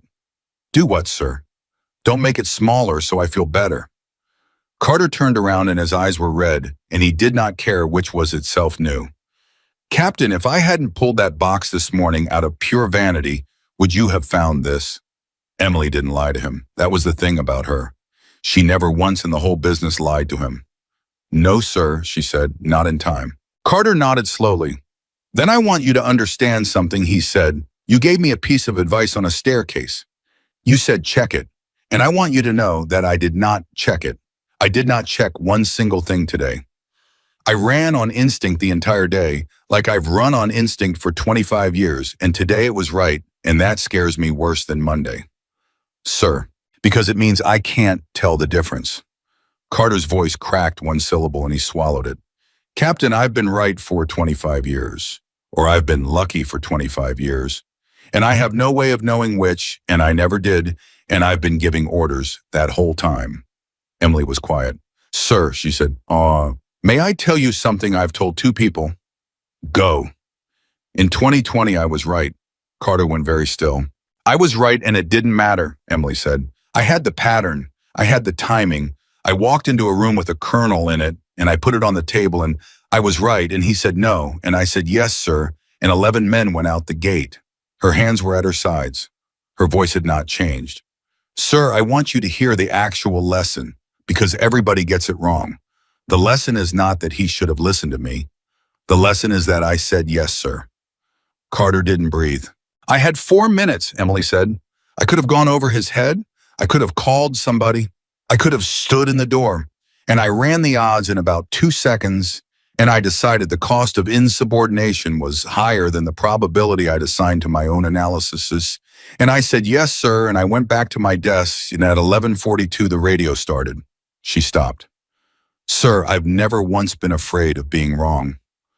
What I'm afraid of is being right and polite at the same time. Carter stood in that hallway for a long moment. Captain, he said, who was the colonel? That's not the point, sir. Captain, Sir, it's not the point. He's not a villain. I'm not a villain. He was a good officer with 14 prior instances of intel being wrong and one instance of it being right, and he played the odds, and the odds ate 11 men. Emily's jaw was tight. That's what nobody wants to hear. There was no bad guy. There was just a man doing math with people in it. 2210. By 2210, there were 40 people in that building, and none of them were supposed to be. Roe had made the calls she had to make, and a few she didn't, and by 2210, there was a captain from CID standing in the conference room looking at 6 documents in 6 plastic sleeves and saying over and over, "This is a federal case. You understand this is a federal case?" "Yes," Roe said. "Ma'am, you have got about 11 people who've touched these." "2," Emily said. "The major and me. Gloves. Since 1629. The CID captain looked at her. "Since 1629, he repeated. "Yes, sir. You gloved 400 documents on a hunch at 1629 before you'd found anything." "Yes, sir." The CID captain looked at her for a long moment and then said to nobody in particular, "Who is this?" Nobody answered him. 2340. Roe cleared the room down to 3 people and shut the door. "Here's where we are," she said. "CID has it. Brigade has it. Division has it as of about 20 minutes ago. And Division's initial position is that we cancel." Carter said, "Cancel the exercise. Cancel the exercise. Lock the base. Let CID work it." "Ma'am, that's the right call," Carter said. And Emily Parker said, "Ma'am, that's the worst possible call." Both of them turned. Captain Rowe said 800 soldiers. "Ma'am, if we cancel, we win today and we lose everything after today." Emily didn't raise her voice. She never raised her voice. "We have one advantage in this entire situation, and it is exactly one thing he doesn't know we found the pages." Silence. "Say that again," Carter said slowly. "Sir, he knows we pulled the box. 400 people watched you carry it across the base at 0630, and everybody's been talking about it all day. So right now, tonight, he thinks one of 2 things. He thinks either that we pulled it for security theater and we're going to reissue and his 6 pages are gone and the operation's dead, or he thinks we found them." Emily leaned on the table. "Ma'am, if we cancel the exercise, we tell him which. We confirm it, and then he goes away. He goes away tonight, and he stays away for 2 years, and he comes back at a base that isn't ours with a plan that doesn't have a print room in it, and there won't be a captain there on a Sunday reading about Corridor 9. Roe's hands were flat on the table. "You want to run it?" she said. "Ma'am, I want to run it as scheduled on the published document with those 6 units nowhere near Corridor 9 and something else in Corridor 9 instead." Carter said, "Jesus. Sir, you want to walk into the bowl?" "No, sir. I want him to think we're walking into the bowl." Roe closed her eyes. "Captain," she said, "if you're wrong..." "Ma'am, if I'm wrong, nothing happens. 6 companies do a normal exercise in the corridors they're actually supposed to be in. Some soldiers sit in a tree line for 4 hours and complain. And I'm the paranoid captain who cried wolf, and I'll take the reprimand, and I'll take it in writing." Emily's voice finally did something. It got hard. "Ma'am, but if I'm right and we cancel, then this man is somewhere else in 19 months, and he's better at it. And I will have spent the rest of my career knowing I had him, and I let him go because I was afraid of a bad week." Nobody said anything for a long time. Then Carter said, "Ma'am, I concur." Roe looked at him. "You concur?" "Ma'am, 6 days ago, and I'd have laughed her out of the building." Carter's hands were shaking slightly, and he put them in his pockets. "And ma'am, that's exactly why I concur. I've been wrong about this woman in every single way it is possible to be wrong about a person. At some point, a man has to look at his own record." 0100, Thursday. Roe made the call at 0100, and it took her 40 minutes, and she came out of the office looking 10 years older and said one word: "Approved." Nobody cheered. Nobody said anything. Doyle, who was standing there because Doyle had somehow ended up standing there for all of it, said later that it was the quietest yes he'd ever heard. 7 days. 7 days of the strangest work Fort Liberty had ever done. Because the exercise had to look exactly precisely molecule for molecule like an exercise. The 6 companies had to be moved without being told why. The corridors had to be adjusted without a paper trail, and every single person on that base who knew the truth could fit in Roe's office and did twice a day at 01, 600, and 2100. There were 7 of them: Roe, Carter, Parker, the CID captain whose name was Alvarez, Reynolds, Doyle, And Lewis, who got read in on day 3 because Emily said, "Ma'am, I need somebody who talks to enlisted, and I'm not that person, and neither is the major. And if we don't have ears in the barracks, we're deaf." Day 2, Carter said the thing that had been sitting on him. "Captain, a word." "Sir." "Why me?" "Sir, you could have gone to Roe with this. You could have gone to CID." He wasn't looking at her. "You could have gone to anybody on this installation, and you'd have been believed by day 2. You brought it to me, the man who dragged you out of a formation 9 days ago." Emily was quiet for a moment. "Sir, do you want the operational answer or the real one?" "The real one, Brown, because you were the only one who was going to be angry enough." Carter turned. "Sir, everybody else in that building would have been careful," Emily said. "They'd have been correct and careful, and they'd have written a memo, and it would have gone up the chain, and it would have acted in 11 days.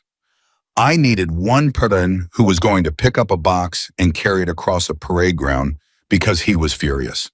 And sir, I've never met a man in my life who was angrier than you were on Wednesday morning. At you. At yourself, sir, which is the useful kind." Carter looked at her for a long moment. "Captain, has anybody ever told you that you're a hard person to be around?" "Yes, sir. Frequently." "I bet." Day 4, Reynolds found the second gate video. He'd been running gate footage for 4 days, 19 hours a day off the books because Alvarez's people had the 11-day-old stuff and nobody had gone backward, and Reynolds went backward. He came into the room at 0400 with his eyes red and put a laptop on the table. "Ma'am, sir, Captain." He couldn't sit down. 41 days ago. Vehicle gate, same guy." Emily leaned in. "Sergeant, that's not the same guy." "Ma'am, it's the same guy. Different build, different..." "Ma'am, look at his hands on the wheel." And Emily looked, and she looked for 11 seconds, and then she sat back in the chair very slowly. "Both thumbs on top," she said. "Yes, ma'am, nobody drives like that. I've watched 400 hours of gate video this week, and I've got exactly 2 people who drive like that, and they're both this guy." Carter said, "So he's been here before?" "Sir, he's been here 5 times, Reynolds said. 41 days, 34 days, 26 days, 19 days, and 11 days ago." Emily's head came up. 11 days? "Yes, ma'am. Sergeant, 11 days ago was the day I got here." Nobody moved. "That's a coincidence," Carter said. "Sir," Emily said, and her voice was very strange. 11 days ago at 0651, a man drove through our vehicle gate, and at 0800 that same morning, I badged into this building for the first time." She was already standing. "Sergeant, where did he go on the 11-day visit?" Reynolds swallowed. "Ma'am, he badged into personnel." Day 40520. They pulled the personnel logs, and it took 11 minutes, and Alvarez did it himself. And when he found it, he said a word that Rowe pretended not to hear. Somebody had accessed Captain Emily Parker's file 11 days ago at 0714 from a terminal in personnel, 46 minutes before she'd ever set foot in the building. Nobody spoke. Then Emily Parker said in a voice nobody in that room had heard from her before, "He wasn't checking me out. Captain." "Sir, listen to me." And her hands were flat on the table and her hands were shaking, and it was the first time, the only time, that anybody at Fort Liberty saw Emily Parker's hands shake. "He wasn't reading my file. There's nothing in my file. Everybody spent 11 days making jokes about it. There is nothing there to read." Carter said very quietly, "Then what was he doing?" "He was checking whether I'd arrived," Emily said. The room went absolutely silent. "Sir, he didn't need to know who I am. He already knew who I am." She looked up. "He needed to know when I got here." Day 40541. Rose said, "Explain that, Captain, right now." "Ma'am, I don't have proof." "I didn't ask for proof. I asked for the explanation." Emily was quiet for a long moment. "Ma'am, 6 weeks ago, I was in a schoolhouse in Kansas teaching a course. My transfer to Fort Liberty came through in 9 days. That's fast. It's not impossible fast, it's just fast, and at the time I assumed somebody owed somebody a favor." She looked at the table. "Ma'am, I have never once questioned an assignment in my career. Not one time. It's the one place where I don't read the pattern, because if I read the pattern on my own career, I'd never sleep again." "Read it now," Rose said. Emily read it. "Ma'am, I think somebody moved me here." Carter said, "Somebody on our side." Sir, I don't know, and that's the part that I can't. She stopped. She actually stopped. Sir, there are two versions, and I hate both of them. Version one is that somebody who knew what was coming reached down and put me here on purpose because they needed somebody who reads clocks, and they couldn't say so out loud, and so they moved a captain and hoped. Rose said, and version two? Emily's voice went flat. Version two is that he moved me here, ma'am, that the man in the gate video wanted me on this installation on that morning, and that everything that has happened in 11 days, including a major dragging me out of a formation, is something he watched happen and expected. Nobody said anything. Carter said, Captain, nobody could have predicted Monday. And Emily Parker looked at him and said, Sir, I predicted Monday on day one, day 40550. Carter walked out. He walked out and Roe led him, and he made it all the way to the parking lot before he stopped. Emily found him there 20 minutes later. Sir, you knew, Carter said. You told Lewis you knew on day one. She told me on Tuesday. I didn't believe her. Sir, you watched me walk across a field for 11 days, and you read me like a road map, and you knew exactly what I was going to do to you, and you let it happen. His voice wasn't angry. That was what made it awful. It was just tired. Captain, why didn't you stop it? You could have transferred out. You could have gone to Roe on day two. You had 11 days. Emily didn't answer right away. Because if I'd stopped it, sir, you'd still be the man you were on Sunday, she said. Carter turned around. Sir, I needed a major who'd carry a box, Emily said. And on day one, you weren't that man. There was no version of you on Sunday that picks up 400 documents on a captain's say-so. None, I ran it. You'd have laughed and I'd have been reassigned inside a month and 800 people would have walked into that bowl. So you let me. Sir, I didn't let you do anything. You did it. That's yours.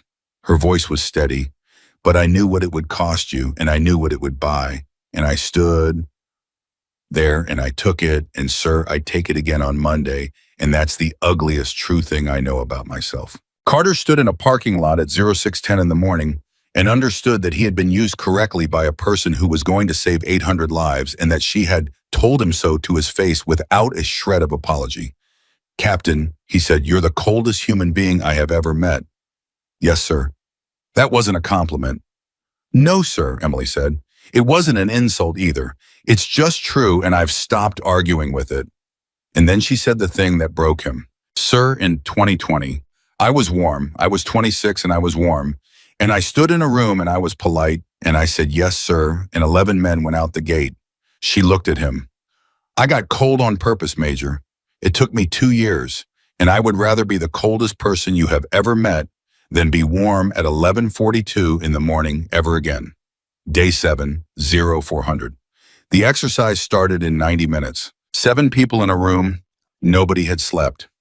Roe had a coffee she hadn't touched, and Carter had one he'd finished twice. Last chance, Roe said. Anybody, say it now. Nobody said anything. Captain, Emily was looking at the map.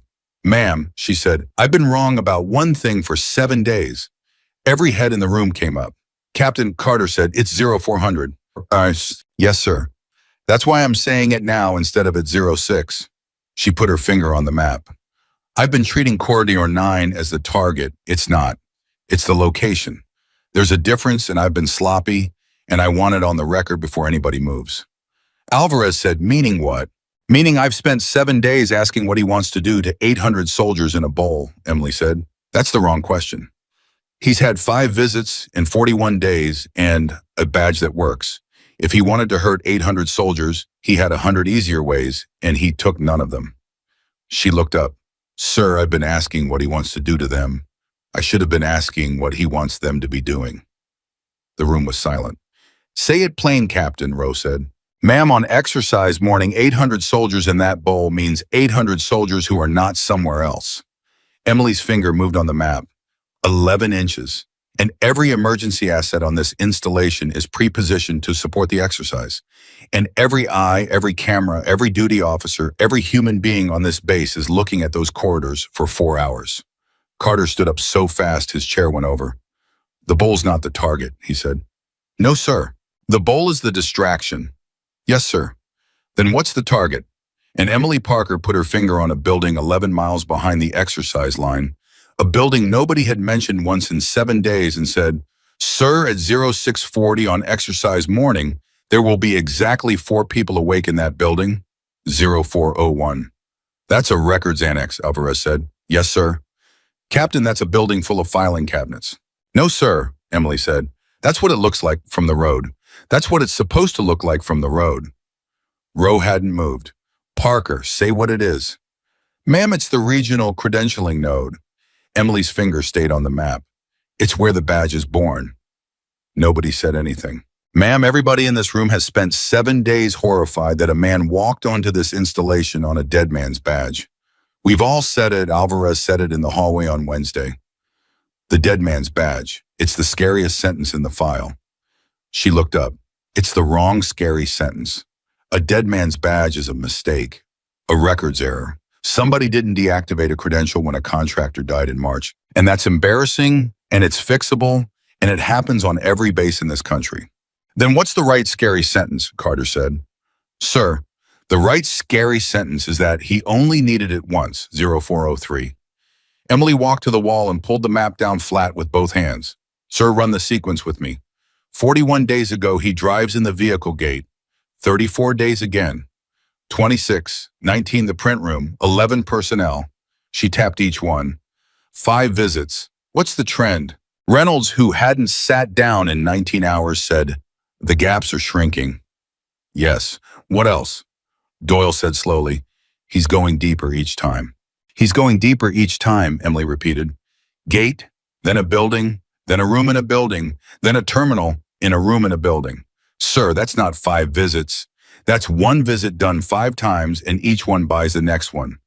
She turned around, and every single one of them ran on that badge. 1 credential, 1 dead contractor, 5 entries. And he's used it exactly as far as it will go. Because a badge like that gets you through a door, but it does not get you into the system that makes the doors. Rose said, "And the annex makes the doors." "Ma'am, the annex makes the people." Emily's voice went very quiet. "It doesn't store records. It issues identity. It's where a human being becomes a badge number in a database that every gate in this region trusts without asking a second question.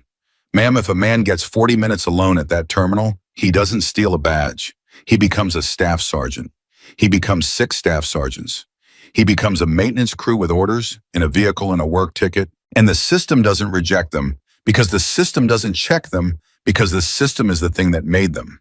The room did not make a sound. "Ma'am," Emily said, "he's not trying to get into Fort Liberty. He got into Fort Liberty 5 times already. He's trying to get into every base after this one." 0406, Carter sat down. He sat down the way a man sits down when his legs make the decision, and he put both hands over his face for about 4 seconds. And when he took them away, he looked at Emily Parker with an expression that Doyle later said he'd only ever seen on a man in a hospital hallway. 800 soldiers, Carter said. "Sir." He was going to walk 800 American soldiers into a bowl. 800, and that's not even the operation. Carter's voice was thick. "That's the noise. That's what he's doing with his left hand." "Yes, sir." "Captain, what kind of person—" "Sir, don't." Emily shook her head once. "Sir, please don't finish that. The moment you make him a monster, you stop being able to predict him because monsters don't have reasons, and this man has nothing but reasons. He's not evil. He's efficient. Those look identical from the outside, and they're completely different from the inside, and the difference is the only thing that's going to let us catch him." Alvarez said, "You almost sound like you admire him." Emily didn't blink. "Sir, I've spent 7 days inside his head, and I want you to understand something. He is better than me." She said it flat. "He's had 5 weeks. I've had 7 days. He built a plan with 800 soldiers in it as a decoration, and I only found it because a major had a bad temper on a Wednesday and boxed up 400 pieces of paper for his own vanity. Sir, I didn't outthink him. I got a gift." Carter said, "Captain." "Sir, it's 0406, and the exercise starts in 94 minutes, and there is no time to be flattered." She turned back to the map. "Ma'am, I need a decision." 0409, Rose stood up. "Everything's built around the bowl," she said. 7 days, every asset, every unit, every plan in this room assumes he's in corridor 9. "Yes, ma'am." And you're telling me at 0409 on exercise morning that he's 11 miles the other way. Yes, ma'am. Captain, if you're wrong. Ma'am, if I'm wrong, we've got 100 people sitting in a tree line near a bowl and 4 people sitting in an annex and nothing happens. And I write a very long memo. Emily's hands were flat on the table. Ma'am, if I'm right, and we're all standing in a bowl at 0640, looking at an empty field, then at 0720, this man walks out of a records annex carrying the keys to every installation in the eastern United States, and nobody ever finds him again. Because the next time he shows up, he'll have a badge that's real. Ro closed her eyes for exactly 2 seconds. Then she said, Major Carter, ma'am, do you concur? And Carter said, ma'am, 72 hours ago, I'd have told you she's chasing ghosts. That's not what I asked. Ma'am, I concur. He stood up. And ma'am put in the log that I concurred at 0409 before it worked or didn't because I want it in writing either way. 0414. Ma'am, I want to say something and it's going to be unpopular. Everybody looked at Emily. We don't move a single thing. Alvarez said, what? Sir, nothing moves. The exercise runs. The units go. Every truck, every radio, every duty officer, exactly as published, exactly on schedule, exactly as loud. Emily's jaw was set. Sir, if we surge on that annex at 0430, he sees it. He's been counting our response times for 5 weeks. He knows how many vehicles leave this building at 0430 on a normal morning because he's watched. He flicked our lights to time us. If 11 vehicles roll out here in the next 10 minutes, he doesn't drive up to that annex at 0640. He drives to a Waffle House and eats an omelet and disappears for 2 years. Rose said, then how do you catch him? Ma'am, we don't catch him. We're already there. Carter's head came up. How many? He said. Sir, 4. 4 people. 4 people who are already in that building because they are supposed to be in that building because there are always 4 people in that building because I've had Sergeant Lewis pull the annex duty roster for 6 weeks and there are always exactly 4. Emily didn't flinch. Sir, if there are 5, he counts 5. He's counted everything else. 0416. Carter said, who are the 4? And Emily Parker went quiet. Captain, who are the 4? Sir, the annex is staffed at 0640 by 2 civilians and 2 soldiers, she said. The civilians are a 61-year-old records supervisor named Delia Marsh and a technician named Peter Oylaren. The soldiers are a specialist and a sergeant on rotation. Rose said, so we pull the civilians. Ma'am, if we pull the civilians, he counts 2. Emily's voice cracked 1 hair, and it was the second time in 11 days. Ma'am, I've been sitting with this since about 0315, and I don't have a good answer. There isn't one. Either 2 civilians who did nothing wrong are in that building at 0640, or he counts the room and drives away. Nobody spoke. Say what you actually want to say, Captain, Rose said. Ma'am, I want to be one of the 4. 0417. Carter said absolutely not. Sir, no. He was on his feet. Captain, you are the single most valuable analyst on this installation, and you want to put yourself in a room with a man who has spent 5 weeks. Sir, that's exactly why. That's exactly why not. And Emily Parker raised her voice for the first and only time in the entire business, and it stopped the room dead. Sir, he accessed my file 11 days ago at 0714. Silence. Sir, she said quieter. He checked whether I'd arrived. He wanted to know if I was here. I've spent 7 days trying to make that mean something harmless, and it doesn't. Her hands were shaking again, and she made no effort to hide it now. Sir, I am part of his count. Whatever the number in his head is, I'm in it. And if I'm sitting at a desk in that annex at 0640, doing exactly what a newly transferred intel captain would plausibly be doing at 0640, then his count comes out right. Carter's mouth opened, and nothing came out. Sir, I'm not being brave, Emily said. I want to be extremely clear. I am not being brave. I'm being correct. Those aren't the same, and I've never once confused them. 0421. Rose said, what's a newly transferred intel captain plausibly doing in a credentialing annex at 0640 on exercise morning? Emily said, getting her badge fixed, ma'am. The room stared at her. Ma'am, my credentials has been throwing an error at the North Gate since day 3. She reached into her pocket and put a badge on the table. I never reported it. I've been going around through the East Gate for 8 days because it was faster than filling out the form. Ma'am, that's real. That's in the system. That's an actual open ticket with my name on it and a timestamp from 8 days ago, and it is the single most boring true fact on this installation. And it puts me in that building at 0640 with a reason that predates all of this by a week. Alvarez said quietly, "You've been sitting on that." "Sir, I've been sitting on a broken badge because I was lazy. That's all it was. Sir, I want that in the record too, but no, it's not foresight. I just didn't want to do the paperwork, and now it's the best cover on this base." Carter laughed. It came out of him ugly and involuntary. "Captain," he said, "that's the first human thing you've said in 11 days. 0430, they built it in 9 minutes. Emily and the annex badge ticket arriving at 0625, like a person who wanted it done before the exercise noise started. Marsh and Oyelloran at their desks because Marsh and Oyelloran were always at their desks, and because Roe made a phone call at 0426 that she would think about for the rest of her life. "Delia, it's Ann Rowe. Colonel, it's 4 in the morning. Delia, I need you to listen, and I need you to not ask me why, and then I need you to make a choice." There was a long pause on that line. Then a 61-year-old records supervisor with 34 years of federal service said, "Ann, is somebody coming to my building?" "Yes." "Do you need me there?" "Delia, I need to tell you that you can say no and nothing happens to you and nobody ever knows you were asked." Another pause. "Antoine," Delia Marsh said, "my husband did 22 years. What time do you need me?" Rowe hung up the phone and sat there for 11 seconds and then said to nobody, "God help us." 0441. Carter caught Emily in the hallway. "Captain." "Sir, I've got 19 minutes. "Then give me 2. She stopped. Carter stood there and he could not get the words out, and Emily waited, and finally he said, "I want to be in that building." "Sir, no." "Captain." "Sir, you're a major with 25 years and a face that 400 people on this installation know on sight, and he's watched this base for 5 weeks, and there is no version of the morning where you sitting in a records annex is boring." Her voice was gentle, which was somehow worse. "Sir, you'd be the loudest object in the county." Carter's hands opened and closed. "Then what do I do?" he said. "Sir, you run the exercise." "The exercise is theater." "Sir, the exercise is 800 soldiers in a field who don't know any of this, and if it wobbles for 1 minute, he sees it." Emily looked up at him. "Sir, the hardest job this morning isn't mine. Mine's a chair.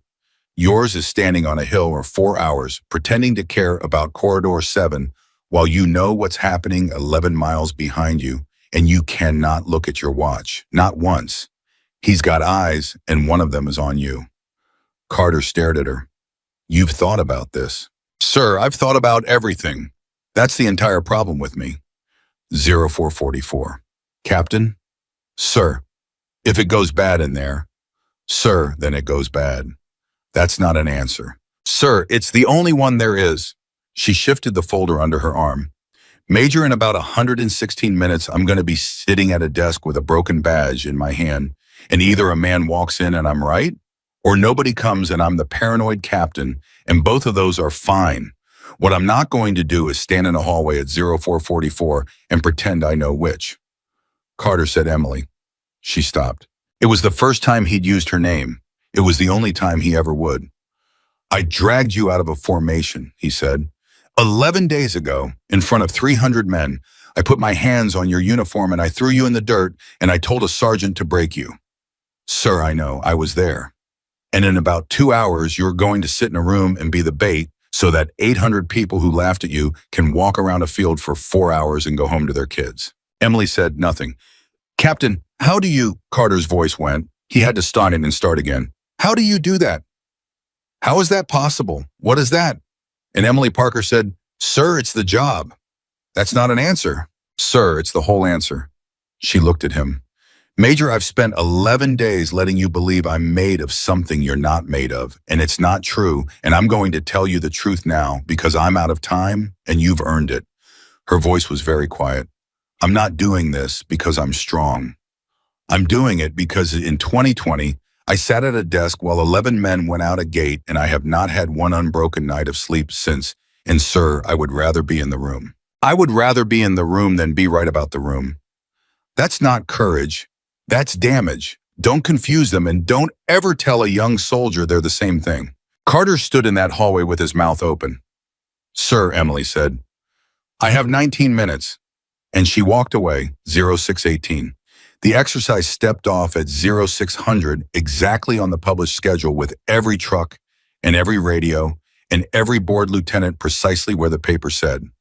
Major Daniel Carter stood on a hill above quarter 7 with a map in his hands and did not look at his watch. 0625. Emily Parker walked into the records annex with a broken badge in her hand and a genuinely irritated expression on her face and said, Ma'am, I've been putting this off for 8 days, and I'm told you're the person who yells at me. Delia Marsh looked up from her desk and said, Honey, I'm the person who fixes it and then yells at you. And it came out so naturally, so completely without a seam, that Emily thought this woman is better at this than I am. Peter O'Yelleran at the second desk did not look up. He'd been told at 0500.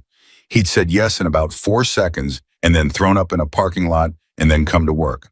0631, nothing. 0636, nothing. And Emily Parker sat in a plastic chair with her badge on the counter and felt for the first time in 6 years the specific physical sensation of being wrong. It started in her hands. It always started in her hands. She looked at the clock on the wall and it said 0636, and there was nothing. No vehicle, no footstep, nothing. And a voice in her head that she recognized very well said, You did it again. You built a beautiful pattern out of nothing, and you put a 61-year-old woman in a chair for it. Captain, Delia said quietly, not looking up. Breathe. Ma'am, you're doing the thing my husband used to do, Delia typed. 22 years, every single time. He'd get so quiet you could hear him thinking. 0639, nothing. 0640, nothing. 0641. Emily closed her eyes and thought he counted, and her eyes opened. Ma'am, she said, how many people are supposed to be in this building right now? Delia said, 4, honey. Always 4. Ma'am, count. Delia looked up. Delia counted, and her face changed. There's 5, she said. 0641 and 30 seconds. Who's the 5th, Emily said, and she was already standing. Sergeant Dawes is on the roster, Delia said. He's been on the roster for 6 weeks. He's back in the... Ma'am, where? Server room. And Emily Parker understood all at once with a completeness that made her physically sick that she had gotten it exactly backwards. He wasn't coming in at 0640. He was already inside. He'd been inside for 6 weeks. He had been on the roster for 6 weeks. The gate video, the badge, the print room, the personnel terminal, all of it, every single visit, every clock she'd counted, every seam she'd found, all of it was a man walking in the front door in daylight and letting her watch him do it. Because a man who wants to be caught in the parking lot at 0640, make sure you're looking at the parking lot at 0640. Ma'am, Emily said very calmly, walk out the front door right now. Take Mr. O'Yelleran. Don't run. Don't look back. Go. 0642, Delia Marsh. God bless her went. 0643. Emily Parker walked down a hallway toward a server room without a weapon, without a radio that would carry, and without one single second of hesitation, and the thing she was thinking as she walked was not about the man. I said 0640. I said the number out loud in a room with 7 people in it, and I said it with confidence, and I was wrong by 6 weeks. And underneath that older, colder 1142, 0644. The server room door was open. A man sat at a terminal in a sergeant's uniform with a name tape that said Dawes, and he was not hurrying. And when Emily Parker filled the doorway, he did not reach for anything, and he did not stand up. He just looked at her. And then he smiled and said, You're 11 minutes early, Captain. 0644 and 10 seconds. Emily didn't move. Sergeant Dawes, she said. Raymond Voss. He turned back to the terminal. He kept typing. That was the thing that Emily would remember for the rest of her life, that he kept typing. Dawes is a real staff sergeant. He's real, and he's asleep in Bragg housing right now, and he has no idea any of this happened. And when this is over, nothing bad is going to happen to him, because I've been very careful about that. I want you to know that. Why would you want me to know that? Because you're going to write the report, Voss said, and I'd like it to be accurate. 0645. Stand up, Emily said. In a minute. Mr. Voss. Captain, I'm going to say something and you're going to want to interrupt me, and I'd ask you not to because we have about 4 minutes and there is a thing I've wanted to say to you for 6 years. He didn't stop typing. Sit down. No. Suit yourself. 0645 in 30 seconds. You moved me here, Emily said. Voss's hand stopped for exactly 1 second, and then they started again. No, Captain, he said. I didn't. You accessed my file 11 days ago at 0714. Yes. You checked whether I'd arrived. Yes. Then who moved me? And Raymond Voss said, Captain, that's the thing I've wanted to say to you for 6 years, and you're not going to like it, and it's the only true gift anybody's given you in a decade. 0646. Gosney, he said. Emily didn't move. I read the report, Voss said. Not the public one, the other one. There's an other one, Captain. There's always another one, and in it, there's a paragraph about a 26-year-old intelligence officer who walked into a TOC at 11:09 in the morning with a movement pattern and a timeline and got told no. He typed, the colonel's name was Bright, Colonel James Bright. He's a brigadier general now. He's got a star and an office in Virginia and a photograph of 11 men on his wall. And I want you to think very hard, Captain, about who in the United States Army had the reach to move an instructor out of a schoolhouse in Kansas in 9 days. Emily Parker did not breathe. He put you here, Voss said. That's not...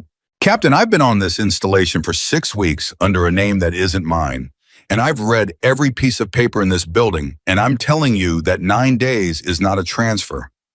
9 days is a phone call from a man with a star. Voss finally looked up. He couldn't write you a letter? He couldn't call you. What is he going to say, Emily? I killed 11 men because I did math with a probability I made up in my head, and I've thought about you every day for 6 years, and I can't fix it. He can't say that. Men like that can't say that. He shrugged. So he did the only thing a man like that can do. He found the worst thing coming down the pipe in the eastern United States, and he put you in front of it because he couldn't apologize and he could requisition. 00647, Emily said very quietly, you're lying. Captain, you're lying because it's the one thing that would take my legs, and you know it, and you've had 6 weeks to find out what would take my legs. And Raymond Voss said yes. Emily blinked. Yes, that's exactly right, he said. That's precisely what I did. I spent 6 weeks learning what would take your legs. And Captain, the reason it would take your legs is that it's true. That's the only reason anything ever works. He typed one more thing. You can check it. You will check it. And in about 9 days, you're going to sit in a room and find out I told you the truth in a server room while I was robbing you. And that's going to be the worst day of your life. And I'm sorry about it. I actually am. 0648. Why, Emily said. Why what? Why tell me anything? You've got 4 minutes in a terminal. Why are you talking to me? And Raymond Voss stopped typing and leaned back and looked at her with something that was almost horribly warmth. Because I've been doing this for 19 years, he said, and nobody has ever found me, and you found me in 7 days. And Captain, do you know what that's like? To be the best at a thing nobody can ever know you're good at. He spread his hands. You do. That's the joke. You're the only person on this continent who knows exactly what that's like. I read your file. There's nothing in it. 19 men are alive because of a woman with a blank file. Captain, you and I are the same animal. We just got issued different paperwork. We're not the same. No, Emily said. You needed to tell me. I didn't. And that landed. She watched it land. Something went across Raymond Voss's face, and it was the first unplanned thing he had done in 6 weeks. 0649. He recovered in about half a second and said, 30 seconds, and I'm done here. Are you going to stand in that doorway? Yes. Captain, I'm not going to hurt you. I know. Then, Mr. Voss, Emily said, I'm not standing here to stop you. Voss's hand stopped. Then why are you standing there? And Emily Parker said, because I need you to keep typing for 90 more seconds. 0649 and 40 seconds. Voss looked at the screen, then he looked at her. And for the first time in 19 years, Raymond Voss's face did something he hadn't chosen. You didn't come here to catch me, he said. No. You came here to be 8 o'clock. Yes, 0650. Mr. Voss, Emily said, you were right about everything. You were right about the print room. You were right about the bowl. You were right about our shift changes and our response times and our lights, and you were right that a lieutenant follows the paper. Her hands were at her sides. You were right about me. You were right that I'd find you by 0640, and you built the whole morning around me, finding you at 0640. And Mr. Voss, that's the only mistake you made in 6 weeks. Captain, you needed me to be predictable, Emily said. And I was. I was exactly as predictable as you needed. And then I told 6 other people what I was going to do, and they did something else. 0650 and 30 seconds. Voss turned to the terminal and typed 4 characters and stopped. He typed them again. He looked up. It's not connecting, he said. No, sir. What did you... Mr. Voss at 0622. This building went off the network, not down, off. It's still humming, the lights are on the screens. Work, everything in this room looks exactly like it's working. Emily's voice was perfectly level. You've spent the last 26 minutes issuing credentials into a box that isn't attached to anything. Every one of them is real. Every one of them exists. And every single one of them exists in a database that has been sitting on a shelf disconnected since 22 minutes before you sat down. 0651. That's not possible, Voss said. I'd have seen it. I've watched this building for 6 weeks. There's a light on the rack that goes amber, Emily said. Yes, sir, there is. And it's amber right now. And it's been amber for 26 minutes. And you didn't look at it because you sat down at 0618. And you've been talking to me since 0644. And Mr. Voss, a man who is talking is not a man who is looking at a light. 0651 and 20 seconds. Raymond Voss sat in a chair in a server room and understood. You let me talk, he said. Sir, you wanted to talk. You've wanted to talk for 19 years. You let me tell you about Bright. Sir, yes. And his voice for the first time went somewhere he hadn't sent it. Captain, I just took your legs. I watched it hit you. You went white. That was real. Yes, sir, Emily said. That was real. It's going to be real for a long time. And I stood here and let you do it because every second you spent doing it was a second you weren't looking at an amber light. 0652. Nobody in that room said anything for 4 full seconds. Then Raymond Voss started to laugh. It wasn't a villain's laugh. It was an old man's laugh, tired and genuine and almost fond, and it went on for about 3 seconds and then stopped. Captain, he said, I want you to know something. Sir, that was the best thing I've ever seen anybody do. 0652 and 30 seconds. Emily said, Mr. Voss, in about 40 seconds, 6 people are going to come through that door, and I want you to be sitting exactly where you are with your hands on that desk, because I've spent 7 days telling everyone in this building that you're efficient and not evil, and I would very much like to not have been wrong twice this morning. Raymond Voss put his hands flat on the desk. Captain Parker. Sir, for what it's worth, he said, 19 years. Nobody's ever been in the doorway. 0653. They came through the door. Alvarez first, then 2 of his people, then Reynolds, who had spent 19 hours a day for a week watching gate video, and who put his hand on Raymond Voss's shoulder with the gentleness of a man setting a glass on a table. And Voss didn't move. He didn't say a word. 0654. Emily Parker walked out of that server room and down the hallway and out the front door of a records annex into the morning, and Delia Marsh was standing there at a safe distance with her arms folded, and Peter O'Yelleran was sitting on a curb with his head between his knees. Delia looked at her. Well, she said, ma'am, it's done. And Delia Marsh, 61 years old, 34 years of federal service, said, then sit down, honey, before you fall down. Emily Parker sat down on the curb. She sat down on a curb outside a records annex at 0654 in the morning, next to a technician who'd thrown up in a parking lot, and she put her head in her hands, and for about 90 seconds, Captain Emily Parker was not calm at all. 0656. 11 miles away on a hill above Corridor 7, a radio in Major Daniel Carter's hand said 4 words. Annex secure. Parker's out. And 300 soldiers who were standing in a field with no idea why watched a 49-year-old major with 25 years of service turn his back on the exercise, take 3 steps, and stand there with his hand over his eyes for a long, long time. Nobody asked him about it. Not that day. 0658. Peter Oyelaran, still sitting on the curb with his head between his knees, said, "Ma'am, is he going to prison?" "Yes." "For how long?" "Mr. Oyelaran, I don't know." "Ma'am?" He lifted his head. He was 29 years old and his hands were still going. "Ma'am, I threw up in the parking lot at 5 in the morning.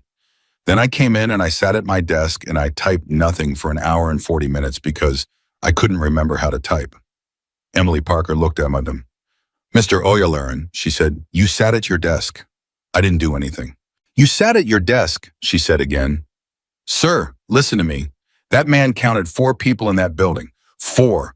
If you had not been at your desk, he counts 3, and he stands up and he walks out the back, and he's in Charlotte by 9, and we never see him again as long as any of us live." She put her hand on the curb beside her. "You want to know what you did this morning? You were the 4th one. That's the entire operation. That's all of it. Everything else was decoration." Oyelaran started crying. Emily let him. She sat there on a curb next to a man crying at 06:59 in the morning, and she did not say one word to make him stop, because she had learned a very long time ago that a man crying after is a man who did the thing during, and those are the only kind worth having. 07:20. Alvarez found her still on the curb. "Captain, he won't talk." "No, sir, he won't. He gave us his name and he shut down." Alvarez rubbed his face. 19 years, he says. 19 years, and we've got him for 40 minutes in a server room and a badge that belonged to a dead man. And if that's all we get, Captain, he does 8 years, and he's out at 63 with everything still in his head. "Sir, what does he want?" "You." Emily didn't move. "He said one sentence in 90 minutes, Alvarez said. "He said, I'll talk to the captain. That's it. He said nothing since." Besides, Emily looked at the pavement. "Sir, that's a trap." "Probably." "Sir, it's definitely a trap.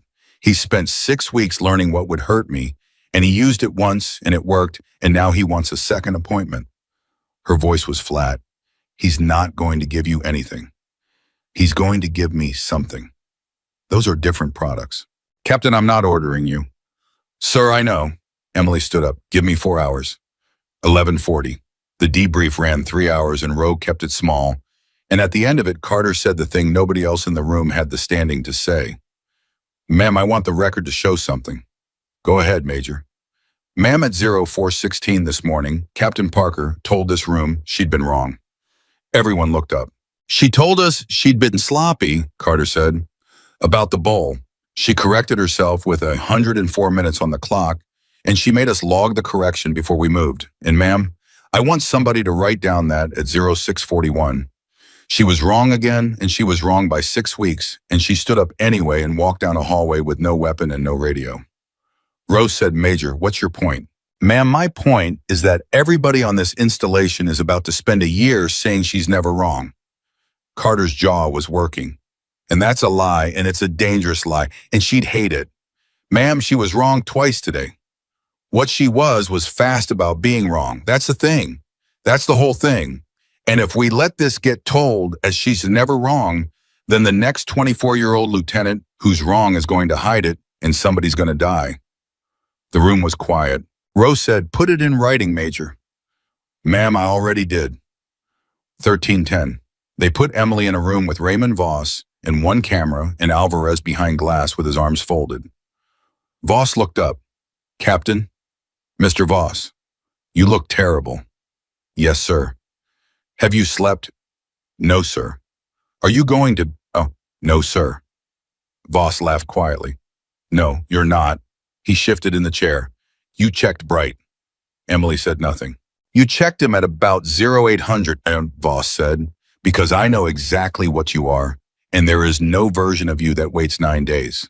And you found nothing because there's nothing to find, because a phone call doesn't leave a record. And now you've got the worst thing there is, Captain. You've got a true thing you can't prove." "Sir, why am I here?" "Because I'm going to give you the proof." Emily's hands did not move. That took work. "What do you want?" "Nothing," Voss said. "Sir, everybody wants something. Captain, I'm 61 years old, and I'm going to die in a federal facility, and there is nothing on this earth anybody can offer me." He leaned back. "I don't want a deal. Tell the man behind the glass, I'm not trading, I'm giving. Why? And Raymond Voss said, because you stood in the doorway. 1314. 19 years, Voss said. Do you know how many people have looked at my work? Thousands. Do you know how many have seen it? One. And she saw it in 7 days, and then she beat me with a light bulb. He shook his head slowly. Captain, I've never been beaten. I've been avoided. I've been unlucky. I've never once been beaten by a person.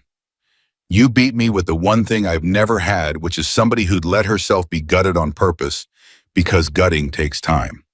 Sir, Bright asked for you by name. The room went silent. He didn't just move you, Voss said. That's the part I couldn't tell you in the server room because I only had 4 minutes and I needed the 4 minutes. Captain, he asked for you by name and he gave a reason, and the reason is in writing. Emily said very carefully, where? Captain, when a general officer requisitions a specific individual out of a schoolhouse in 9 days, there's a justification memo. There has to be. It's the only friction in the entire system. Voss almost smiled. It's 2 paragraphs. It goes to a personnel office, and it gets scanned, and it gets varied, and nobody ever reads it again as long as the sun burns. Sir, what's in it? Captain Raymond Voss said, I'm not going to tell you that. Sir, because you're going to read it yourself, he said. And I'm not going to steal that from you. That's the only gift I've got, and I'm not going to open it first. 1322. Emily stood up. Captain? She stopped at the door. One more thing, Voss said, and then I'll talk to your man behind the glass, and I'll talk for a year, and I'll give him 19 years of work, and he'll get a promotion out of it, and I don't care. Sir, you said we're not the same this morning. You said you needed to tell me. I didn't. Yes, sir. You were right, Voss said. And Captain, that's the thing I've been sitting with for 6 hours, and I want you to have it because it's the only true thing I know that you don't. He looked at her. I spent 19 years being brilliant in a room by myself. You spent 6 days being brilliant in a room with a major who hated you, a sergeant you'd humiliated, a corporal with a big mouth, and a 61-year-old woman who answers her phone at 4 in the morning. Captain, I lost because I had nobody to tell. You won because you told 6 people and they went somewhere else. Emily stood at the door. That's not a moral, Voss said. I'm not giving you a moral. That's just arithmetic. And I'm very good at arithmetic, and I got it wrong for 19 years. 1400, Alvarez caught her in the hall. Captain, he's talking. Yes, sir. He's talking. He's been talking for 11 minutes, and he hasn't stopped. Alvarez's voice was somewhere between awe and nausea. Captain, what did you say to him? Sir, nothing. Captain, sir, I said nothing. Emily kept walking. That's what I did. That's the whole thing. Everybody in this building has spent 6 hours talking at that man. I let him talk. That's not a technique, sir. That's just the only thing left when you've got nothing. 19 days later, the memo was 2 paragraphs. It was in a records office in Virginia in a scanned file in a folder that had been opened exactly twice since it was created. And it took Lieutenant Colonel Ann Rowe 11 days and 4 favors to get a copy, and she brought it to Emily herself, and she did not stay. Captain, I'll be outside. Ma'am, you don't have to. Parker. Rose stopped at the door. I'll be outside. Emily read it. It said her name. It said her rank. It said a schoolhouse in Kansas. And then it said, requesting officer requires an analyst with demonstrated capacity to identify hostile pattern of life against installation infrastructure. Officer identified above is in this officer's direct experience the most capable such analyst this officer has encountered in 31 years of service. This officer notes for the record that in 2020, the officer identified above provided timely and accurate warning of hostile action, and that this officer declined to act on it. 11 soldiers were killed. This officer has not made that error since and does not intend to make it again. Emily Parker read it 4 times. Then she put it down on the table and she sat there with her hands flat on either side of it, and she did not move for 11 minutes. And outside the door, Ann Rose stood in the hallway and listened to nothing at all and did not go in. The next day, ma'am, I want to take leave. Approved, Rose said. Ma'am, I haven't said how long. Captain, I said approved. Emily stood there. Ma'am, aren't you going to ask where I'm going? No, Rose said, Because you're going to Virginia and Captain, if I ask, then I know. And if I know, then it's an official visit. And Parker, this is not an official visit. She went back to her paperwork. Take the car. Don't tell me. 2 days later, 1410, a brigadier general named James Bright looked up from his desk and saw Captain Emily Parker standing in his doorway, and he did not look surprised. He looked, Emily thought, like a man who had been waiting for 6 years to be found in his own office. Captain, sir, sit down. Sir, I'd rather stand. Yes, Bright said. I'd imagine you would. They looked at each other. You read it, he said. Yes, sir. How'd you get it? Sir, a man in a federal facility told me it existed. Bright's eyes closed briefly. Voss? Yes, sir. Of course it was Voss. He laughed, and there was nothing in it. 6 weeks on that installation, and the only thing he took was the one piece of paper that mattered to one person. 1413. Sir. Why? Captain. Sir, I have driven 400 miles and I have not slept, and I would like you to say the words. Emily's voice was steady, and it was costing her everything she had. Why didn't you tell me? Bright was quiet for a long moment. Because an apology is for the person giving it, he said. Emily didn't breathe. Captain, I've written it out. I've written you a letter I'd guess 30 times in 6 years. He wasn't looking at her. And every single time I got to the end, and I read it back, and I understood exactly what it was. It was me asking you to make me feel better. That's all it was. Every word. And you'd have written back because you're decent, and you'd have said something kind, and I'd have felt lighter. And Captain, I did not want to feel lighter. I have not earned lighter. Sir. So I did the only thing I could actually do, Bright said. Captain, I couldn't say sorry, but I could requisition. And I sat in this office for 6 years, watching for the worst thing coming down the pipe. And when it came, I put you in front of it because you were right in 2020, and I was wrong, and 800 people were going to die if I was wrong twice. 1416, Emily said, Sir, you used me. Yes. You didn't ask. No.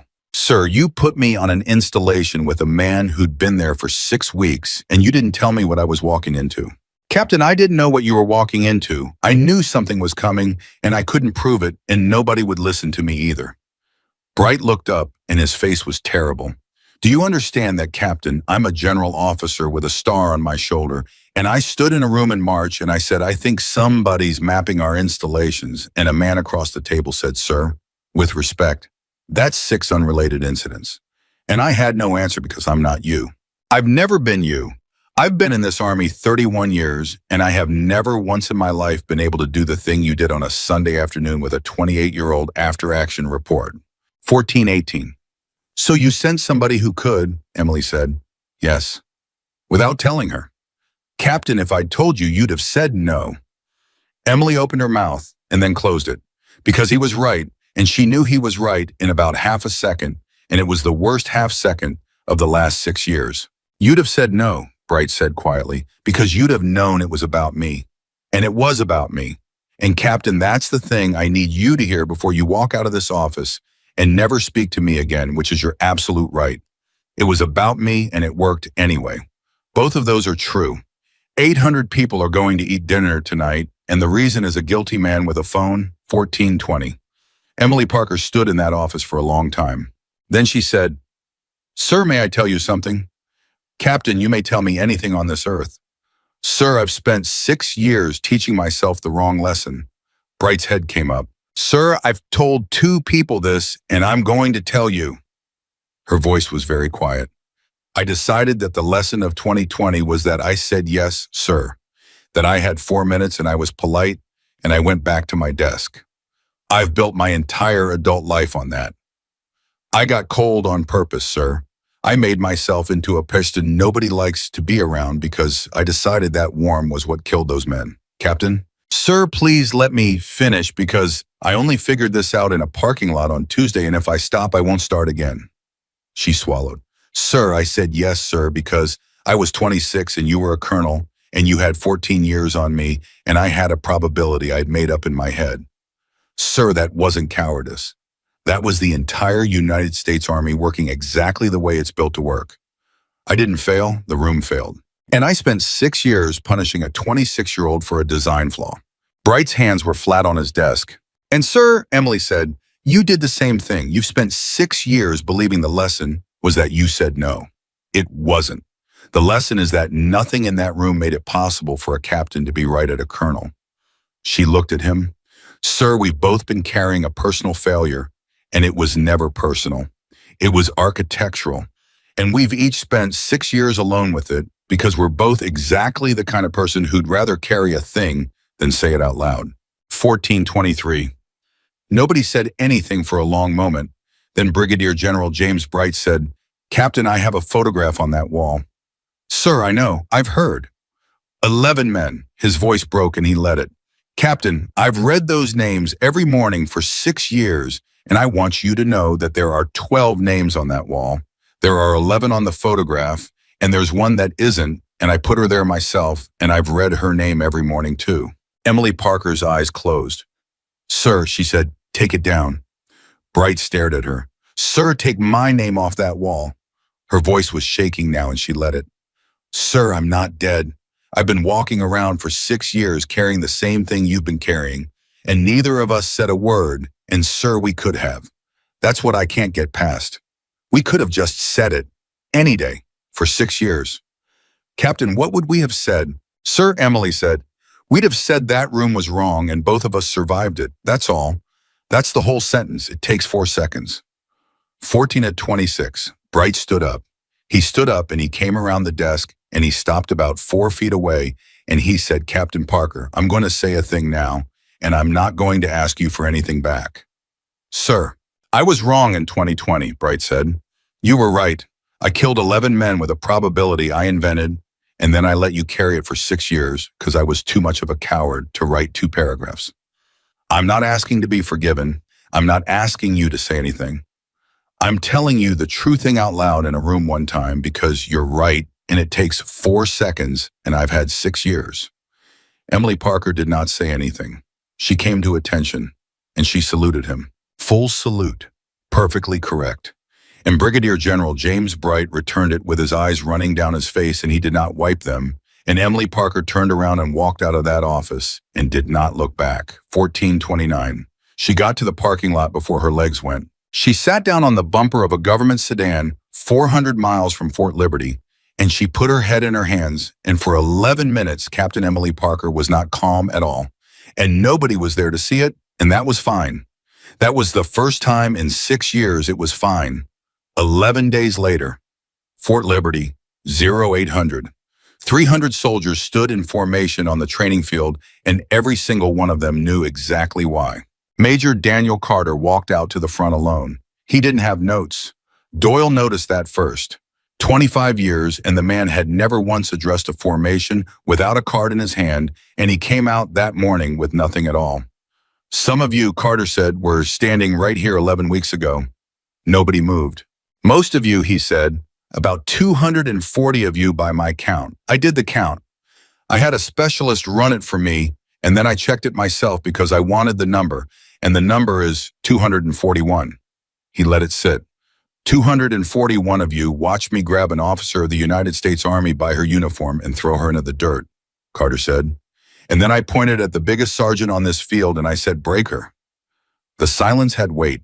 And 241 of you laughed, Carter said. And I want to be very clear about something. That's not your failure, that's mine. You laughed because a major laughed, and that's not weakness. That's the machine, and the machine is mine to run. 0803. I've been in this army 25 years, Carter said. And for 25 years, I have believed one thing all the way down. I believe strength is visible. I believe you can look at a person and know. He stopped. I wanted to tell you what happened on this field, he said, because there's about 4 versions going around and they're all wrong, and I'd like the record. She put me down in 9 seconds. Then I made her do it twice more. And the third time, gentlemen, she had my arm. She had it clean. Every man in the front 2 rows saw the angle. Carter's voice didn't waver. She let it go. She let it go, and she stepped back, and she called me sir. And then she came to attention, and she saluted me, and I have thought about that salute every single day since. 0805. 8 weeks ago, Carter said, A man sat in a server room 11 miles behind this field, and he had 6 companies of American soldiers routed into a bowl to keep everybody busy while he stole the keys to every installation in the eastern United States. 800 people. Some of you are standing in this formation right now, and you were on that list, and you don't know it, and I'm not going to tell you which. The field made a sound. He was not caught by a major, Carter said. I want that understood. He was not caught by me. I was standing on a hill 11 miles away, holding a map pretending to care about quarter 7 because that's what I was good for that morning. 0806.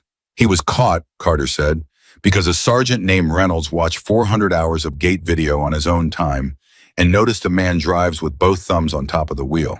Reynolds in the second rank did not move a muscle. He was caught because a corporal named Ellis has a big mouth and asked a question nobody else asked.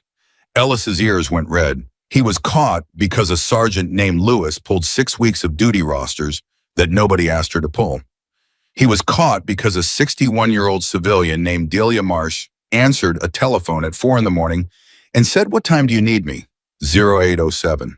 And he was caught, Major Daniel Carter said, because a captain that I threw in the dirt in front of you sat in a room and let that man take her apart on purpose because every second he spent doing it was a second he wasn't looking at a light. Nobody breathed. I want you to understand what that is, Carter said, because you're going to tell this story for the rest of your careers, and I need you to tell it right. She was not fearless. She has told me to my face that she was afraid. She was not always right.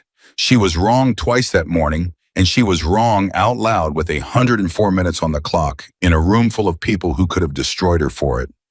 His voice finally moved. She was fast about being wrong, Carter said. That's it.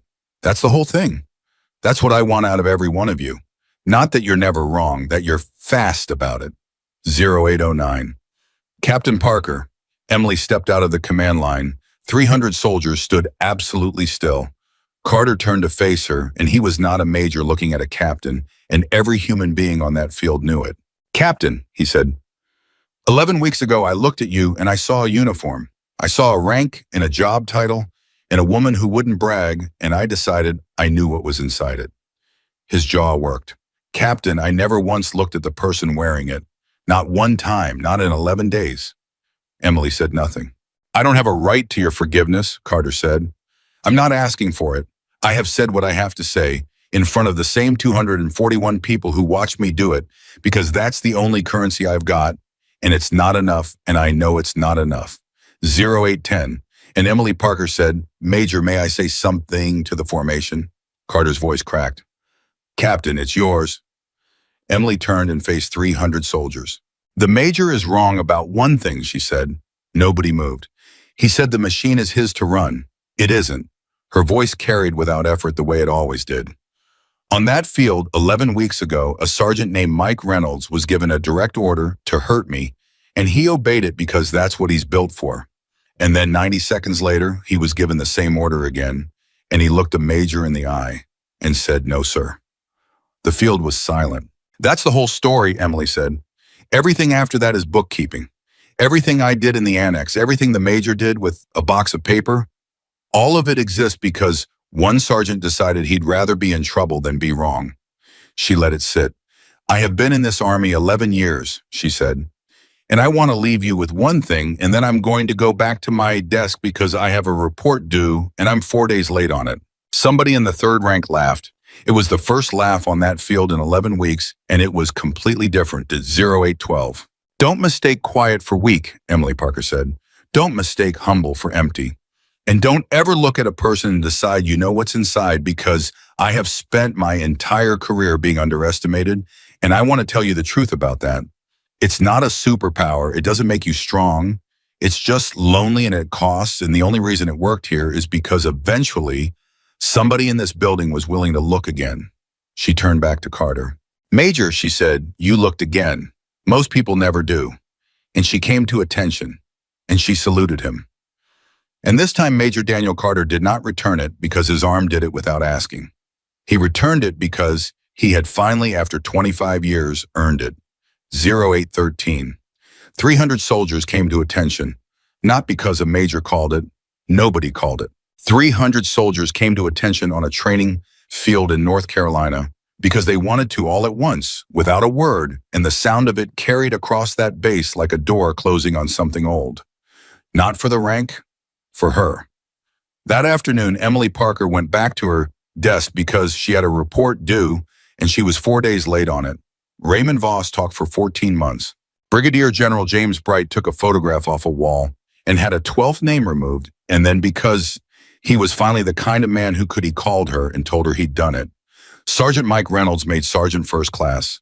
Delia Marsh retired at 62 with 35 years and a folded flag in a case that her husband would have understood exactly. And Fort Liberty told the story for a decade, and they told it right because Carter made sure of it. They didn't tell it as a story about a woman who beat a major. They told it as a story about a major who looked again. Because the strongest person on that field was never the one who could put a man in the dirt.